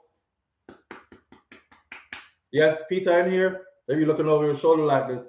Peter in here. Can you tell Peter come out, please? Peter, what you mean spend night? And that's her only regret right there. Katai Joy says, Empress says, if that's my man, I'm not going. You know, sometimes you can't tell people nothing. You can't tell your spouse anything. Their mind is bent on this is what they're gonna do, and them kind of something. There's not like you can say, oh, we're gonna end the relationship because you're going. It's gonna be what it is. Okay, if you want to go, go. But I'm telling you, I don't feel good about it. That's probably the most I can say to them. And I knew nothing wasn't gonna come out of it. The way he was shot up though, since them talk now and they've been let off, I could rehash the details for you because I covered this completely. The way he was shot, the man gets shoot up mostly from behind. One of the shots went through, I think they said through his mouth and exited through the back of his head. And it's a guy that runs an organization where they call for justice for people of color. He said when they looked at the findings, that part is arguable. Some are saying it's a shot that went through the back of the head and exited through his mouth. Others are saying the shot went through his mouth and exited through the back of his head. Either way, if this is somebody that you guys were fighting and he was fighting you back so much that you felt fear and you had to fire your gun, it wouldn't have been that kind of a shot. But end of the day, they made their decisions. Apparently, there's nothing we could do about it. Peter's mom actually called me. Did she call me or she write me? I don't want to lie. You know when you don't want to make up stuff because people do watch you, and then you don't want them to be like, oh boy, I lie. Yeah, I don't remember. I talked to a lot of people, but I did correspond with his mom. She either called or spoke to me. One and spoke to me or wrote me. I believe it was a call, and I asked her to call me back because she said she was gonna. She said a couple of things I got wrong in my report, in my video that I did, and she didn't want me to get the proper information. She was like, "Oh, SouFLo, I want you to get the proper information." So I told her, I said, get pen and paper, go through my video, watch the video, and all the inconsistencies, write them down, please.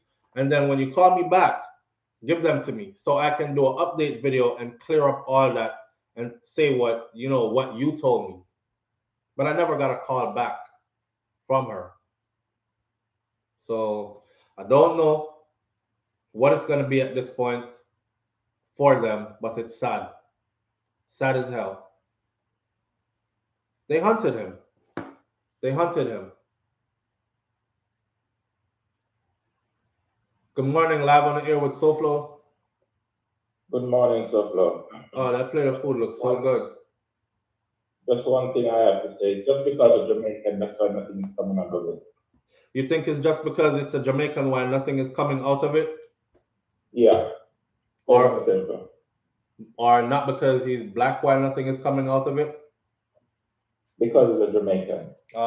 If you just have a black American, it would be a different story.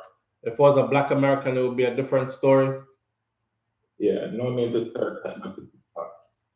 Okay. I can say. I'm listening to this, so Damn. All right. All right, thank you. All right, brother. Yeah.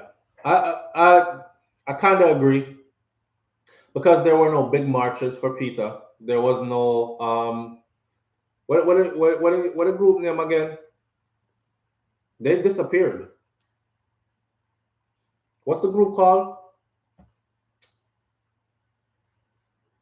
Black Lives Matter. There's no Black Lives Matter group. Remember when Ahmaud Arbery got shot down because he was out jogging and he got shot down? Black Lives Matter converged upon that town and put pressure on that town. When they saw that big group of people in their town, their little town, every day, they were like, oh, hell no, we don't want this around here. So shook them out. And they pushed out the guys that did it. Okay, y'all can have them. We're going to have to arrest you. We're going to have a real trial and all that because nothing was being done about it. If you go look back at the case, it was weeks before anything was being done, before any of them got arrested. And look, they got life sentences. So no Black Lives Matter showed up for Peter. No big organization, no big groups. No march on the town. Just a couple of social media posts. Black immigrant lives don't matter. We need to stop that, man. And that's one of our biggest downfalls right there as a people. Because we get divided. We're divided by everything. We're the most divided people. We're divided by shades of our skin, lighter versus darker. We're divided by textures of our hair. Oh, he got good hair. She ain't got no good hair. We're divided by male against female. We're divided by religion because we will be in everybody's religion. We're divided by everything. Live on the air with SouFLo. Good morning. Hi, good morning, SouFLo. Good morning, family. How you doing? I'm okay. I'm saying to remember I called the second what the guy said. It's because he's a Caribbean man that nothing came out of it. So when they posted it on the shade room, or if you there, oh that's sad, that's unfortunate, and whatever, because they had see us on news. But I think that they could take this a little further than that because that was unacceptable. We can't really hear you, because your voice is fluctuating up and down, up and down. I'm sorry. Yeah, what are you saying now? Yeah, I said even though when they have it on the show, the news, all he was hearing is that standards of food. Okay. But if you think about what he went through was way more worse than what some of the American black guys went through. So the fact that nothing has come out of it, it hardly even hear it on me. Okay. That speaks to me. I just called to second that. All right. Thank you. Thank you. All right. She's saying that even when they posted, because I know y'all didn't hear her, she's saying that even when they posted it on the Shade Room, all you saw were little comments like, oh, that's so unfortunate. And, you know, there wasn't no big outrage to it. And I guess because a lot of the, say, Black Americans, our brothers and sisters, would look at it and say, we've been through worse, right? Say they've been through worse. Black men in America have been through worse than this immigrant. So it doesn't really, it didn't strike a chord with them then, kind of thing. Well, it's funny how Black Lives Matter just died out though and just disappeared. And I see a comment right here where somebody says Black Lives Matter will be back when they want more money. I thought they were going to be a champion that was going to stay around and stand the test of time and be here to protest and get justice and all this, and they just disappeared. They just disappeared. So nobody came out for Peter Spencer. No, there wasn't no big marches and any of that. Nobody didn't converge upon that town and give pressure to them. So they did the right thing. And here's the result. Nobody is guilty. They said it was self-defense. We're leaving it as self-defense. May the case rest. And may Peter rest in peace. That's frigged up. You see, SDs says, and I heard that from somebody else too. They said they live in Pennsylvania and they heard nothing about it until they saw it here on SouFLoTV, which is sad. Not even the media there covered it like that. Last call of the morning. Good morning. You're on the air. Good morning, SouFLo. Good morning, family. How you doing? Good. In reference to Black Lives Matter, why you're not hearing or seeing them that much anymore, is because the organizers and the top, they ended up with millions of dollars in their pockets.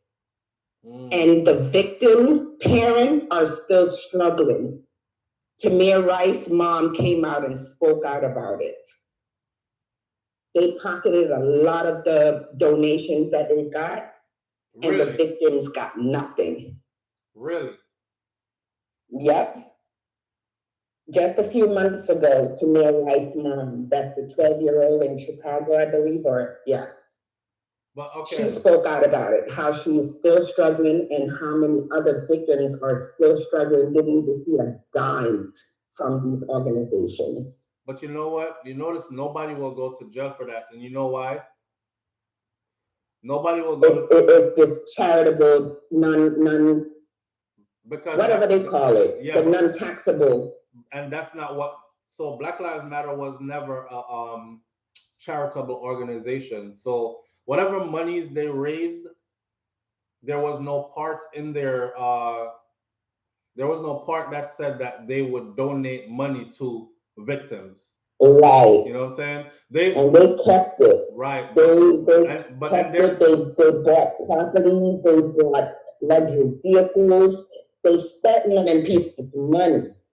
Yeah, it's sad, but there's no legal way to hold them accountable for it because they weren't an organization that was built on gathering funds. Like for me now, if I say to you, SouFLoTV is about gathering funds so I can help children between the ages of newborn and 17 years old, and then 5 years down the road, record comes out that says SouFLoTV pocketed 12.5 million US dollars in that period, and he did not help any children between the ages of 12, then I could be held accountable. But Black Lives Matter is about marching for justice.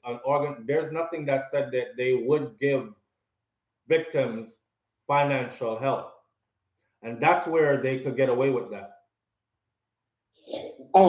Captain J, you have people like Tamika, and you have Sean King,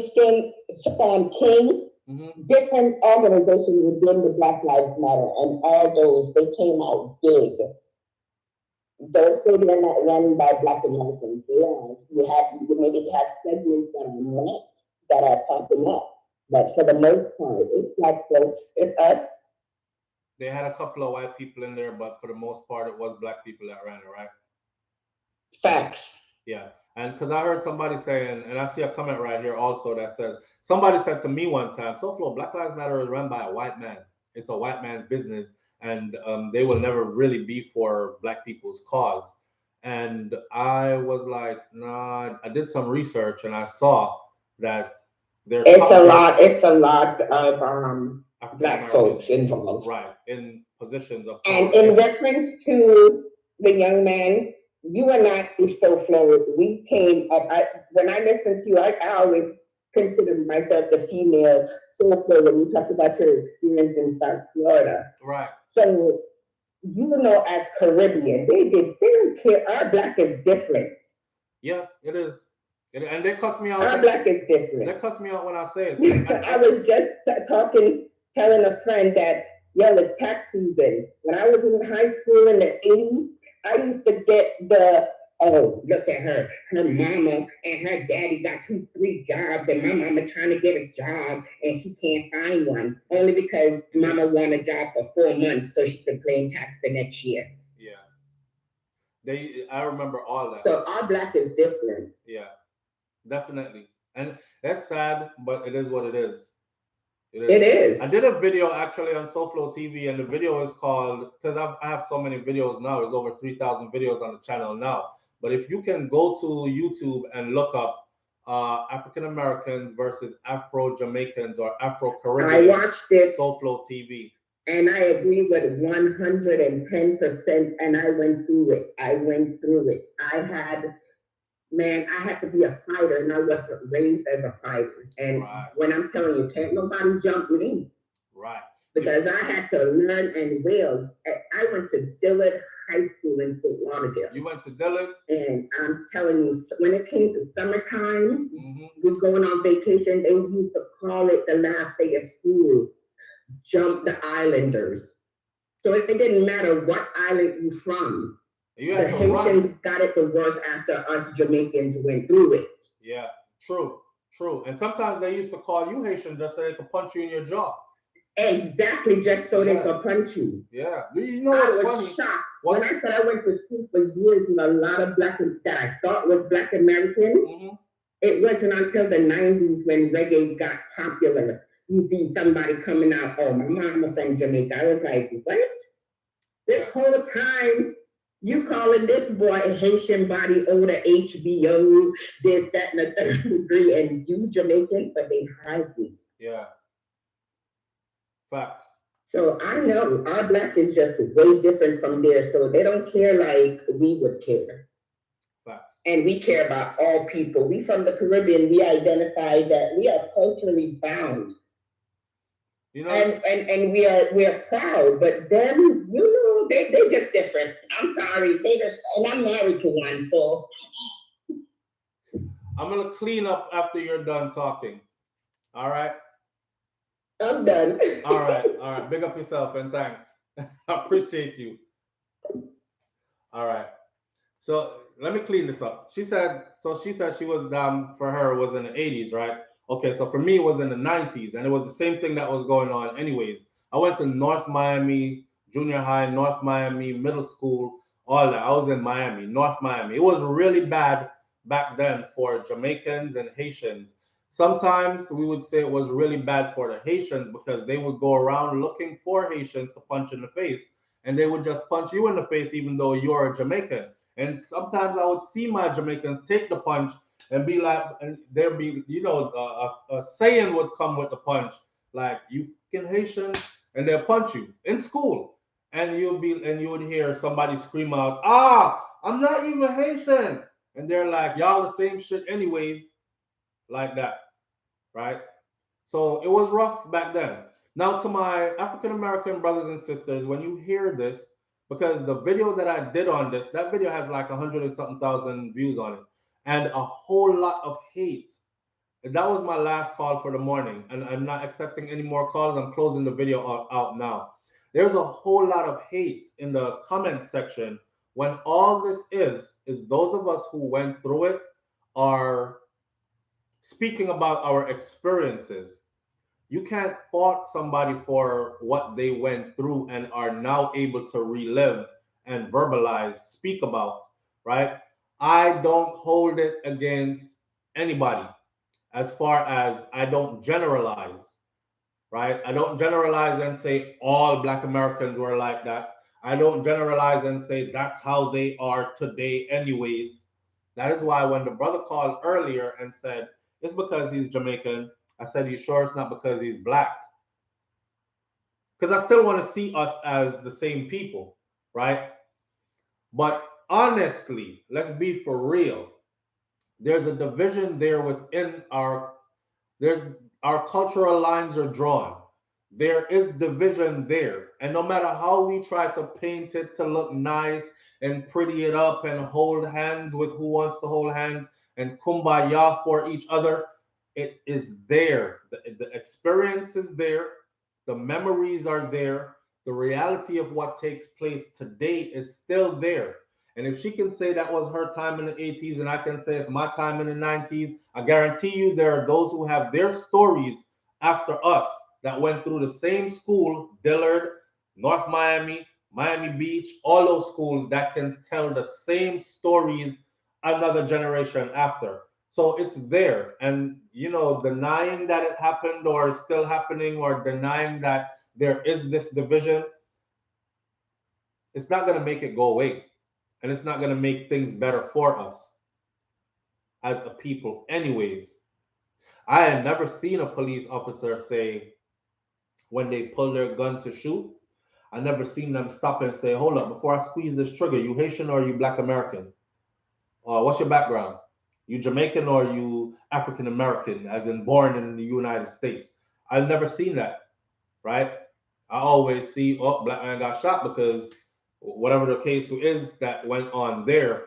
So we're all looked at as the same until we ourselves start to differentiate ourselves. We're all looked at as the same until we ourselves start to differentiate ourselves. I've heard people say, don't call me that. I'm not them. I don't come from where they come from. Yeah, but they different though. And that kind of stuff. So it's us. Us. And hey, it is what it is. Right? I'm gonna leave this one right here though this morning. Yes, Katai Jai Empress, we're all Black to them. And until we get that in our heads though, until Vicky Victory says, so did you fight back? Ha! Did I fight back?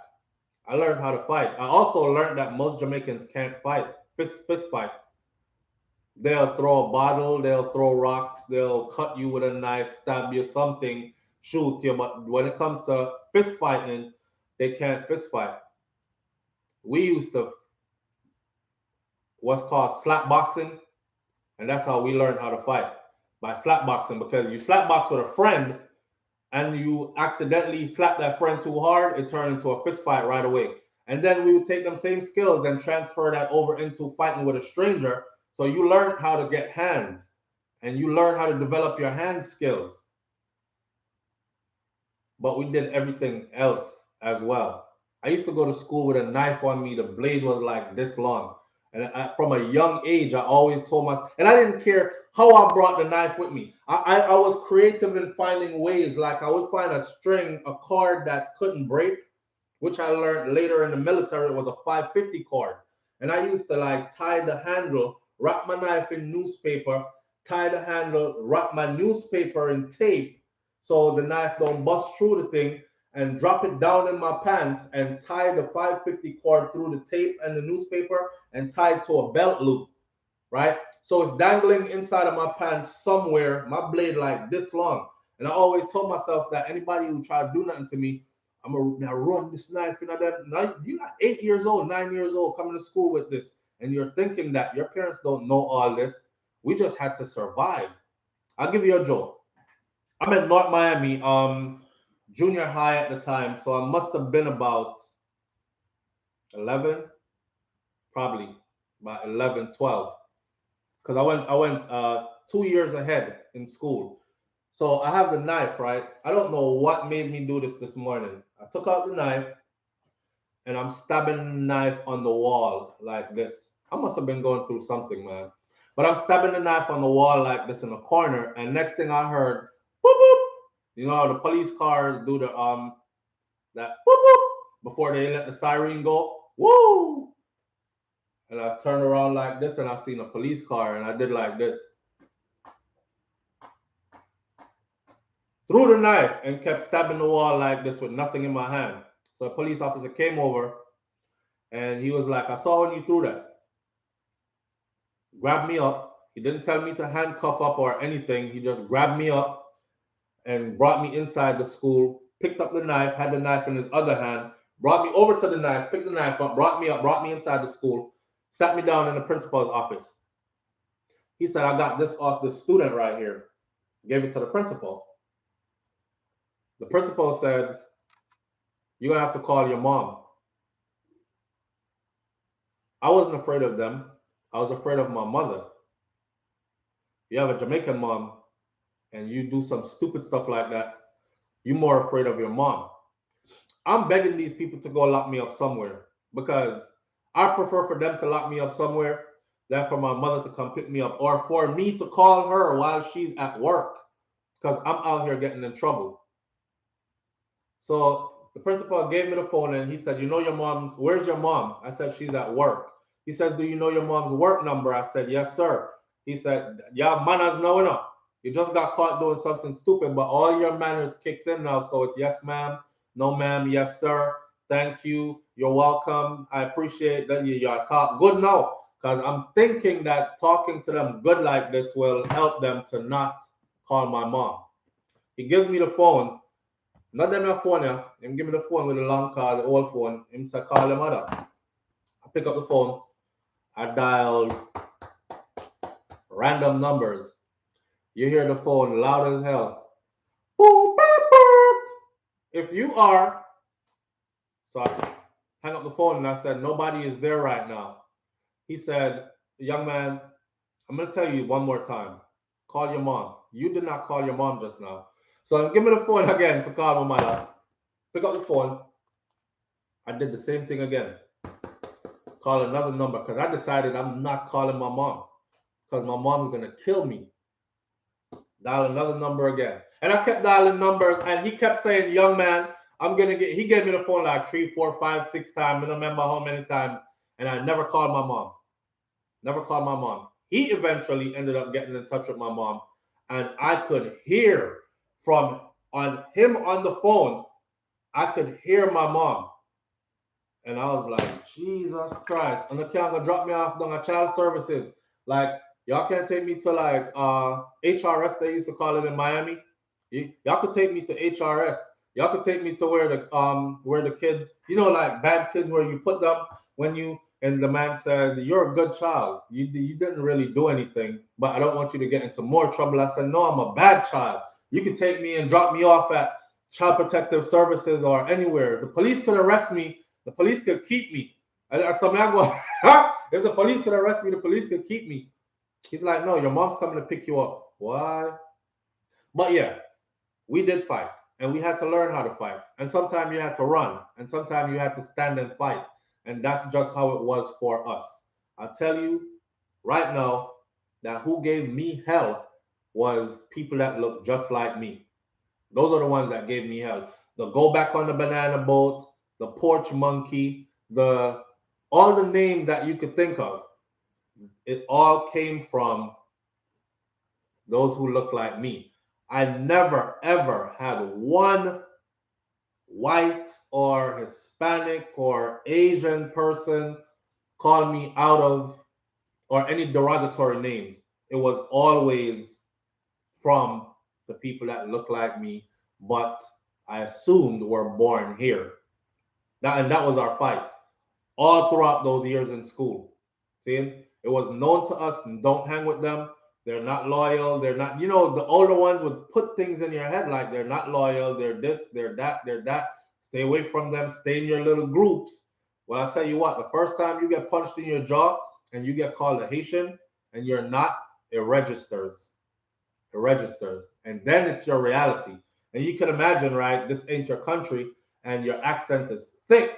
Because my accent was thick at the time. I'm fresh out of Jamaica not too long ago. So my accent is thick at the time. So the first time me get punched, I tell myself I'm never getting punched like that again. If me have to run down a boy and stab it up, I'm gonna do just that. And that's how we had to fight. And we had to stick together. But it's true. It's true. I hope that changes for us one day though. You know what I mean? Yankee boys used to love pick pan yardies. Yes, because yardies couldn't fight. Yardies could not fight. I'm not making nothing up. I'm telling you. Hands, Jamaicans don't have no hands. And to this day, it look like they don't have no hands. They couldn't fight. And the Yankee boy them grow up boxing. So them used they used to really like love picking on us. And force you to fight. But that's how I go. Kaitai Joy Empress. Oh, Captain J says, I had my bad boy cousins. And Kaitai Joy says, and 90% of them never been on a plane. Facts. Never left their city even. Never left right there where they were growing up at. Even. But that's how it go. And now they try so hard to talk like us. Right. Which is why I say it's funny now to see, like when I go through Miami and any part of South Florida, or Florida, I see the strong Caribbean influence, especially from Afro-Caribbean influence, like the Haitians and the Jamaicans. You know, everybody is a Jamaican or have a Jamaican baby daddy or a Jamaican friend, or my neighbor is Jamaican. I love you guys' food, man. Oh, my wife and I just got back from Jamaica vacation. Lovely island you guys are from. And all this, you know. Now I see all that. Back then, get your ass back on that banana boat. Fucking porch monkey. What? Real life stuff though. Anyhow, I got love for my African American brothers and sisters just the same. But I'm a type of person like this. I love who love me. So I deal with people individually and not general, right? I don't want them to look at us and be like, all Jamaicans are shitbags and all Jamaicans are scammers, all Jamaicans are drug carriers, all Jamaicans are. So I don't do that to them, and I don't do that to anybody or any class, race, or creed of people. I still deal with people on an individual basis, and I suggest that you do the same, right? Well, I'll keep it right. That's all. Have a wonderful day. Big up on yourself. Thanks for coming out. Thanks for purchasing your membership so we can still enjoy this platform as a family. Feel free to leave in the comment section topics that you think we need to address on this platform. And don't mind calling in. The lines are open and this is your platform. I'm just narrating it. All right. Big up on yourself, man. One love. Tomorrow morning, right here on SouFLoTV with Morning Thoughts. I'm out. Peace.